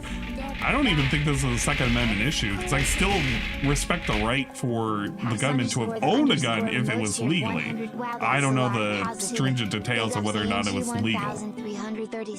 That's the thing. Oh, you got here late, yeah. DSP had a weird take about all of it. Basically, he called Joe Biden a liar, and Joe Biden needs to wake up. I don't know. This is why I don't get in political fights with other detractors, because it's not, like, I don't want to make it a fight, and it's not a fight. It's just our political disagreements. There you go. That's a thing I had to talk about very briefly. But yeah, I'm kind of in the process of watching your video. I'm not, you know, I'm not 100% with it, so that's just my take on it. But I'm not gonna dislike the video or anything. It's just how it is, you know. Yeah, pool's closing, guys. The ducks gotta go away. But I'm sending you guys off for the YouTube audience. We're getting the fuck out of here. I might be on the Twitch stream a little bit longer. I gotta decide. I'll make a decision. I'll poll it. But I might just be ending on the Twitch side of things. All right, see you guys. Have fun over at Atlas's place. Say hi. If you want to see more of me being on stream, check out the Twitch streams more often. I will be covering DSP's DSP. It's gonna suck ass. Ugh. Okay, bye-bye.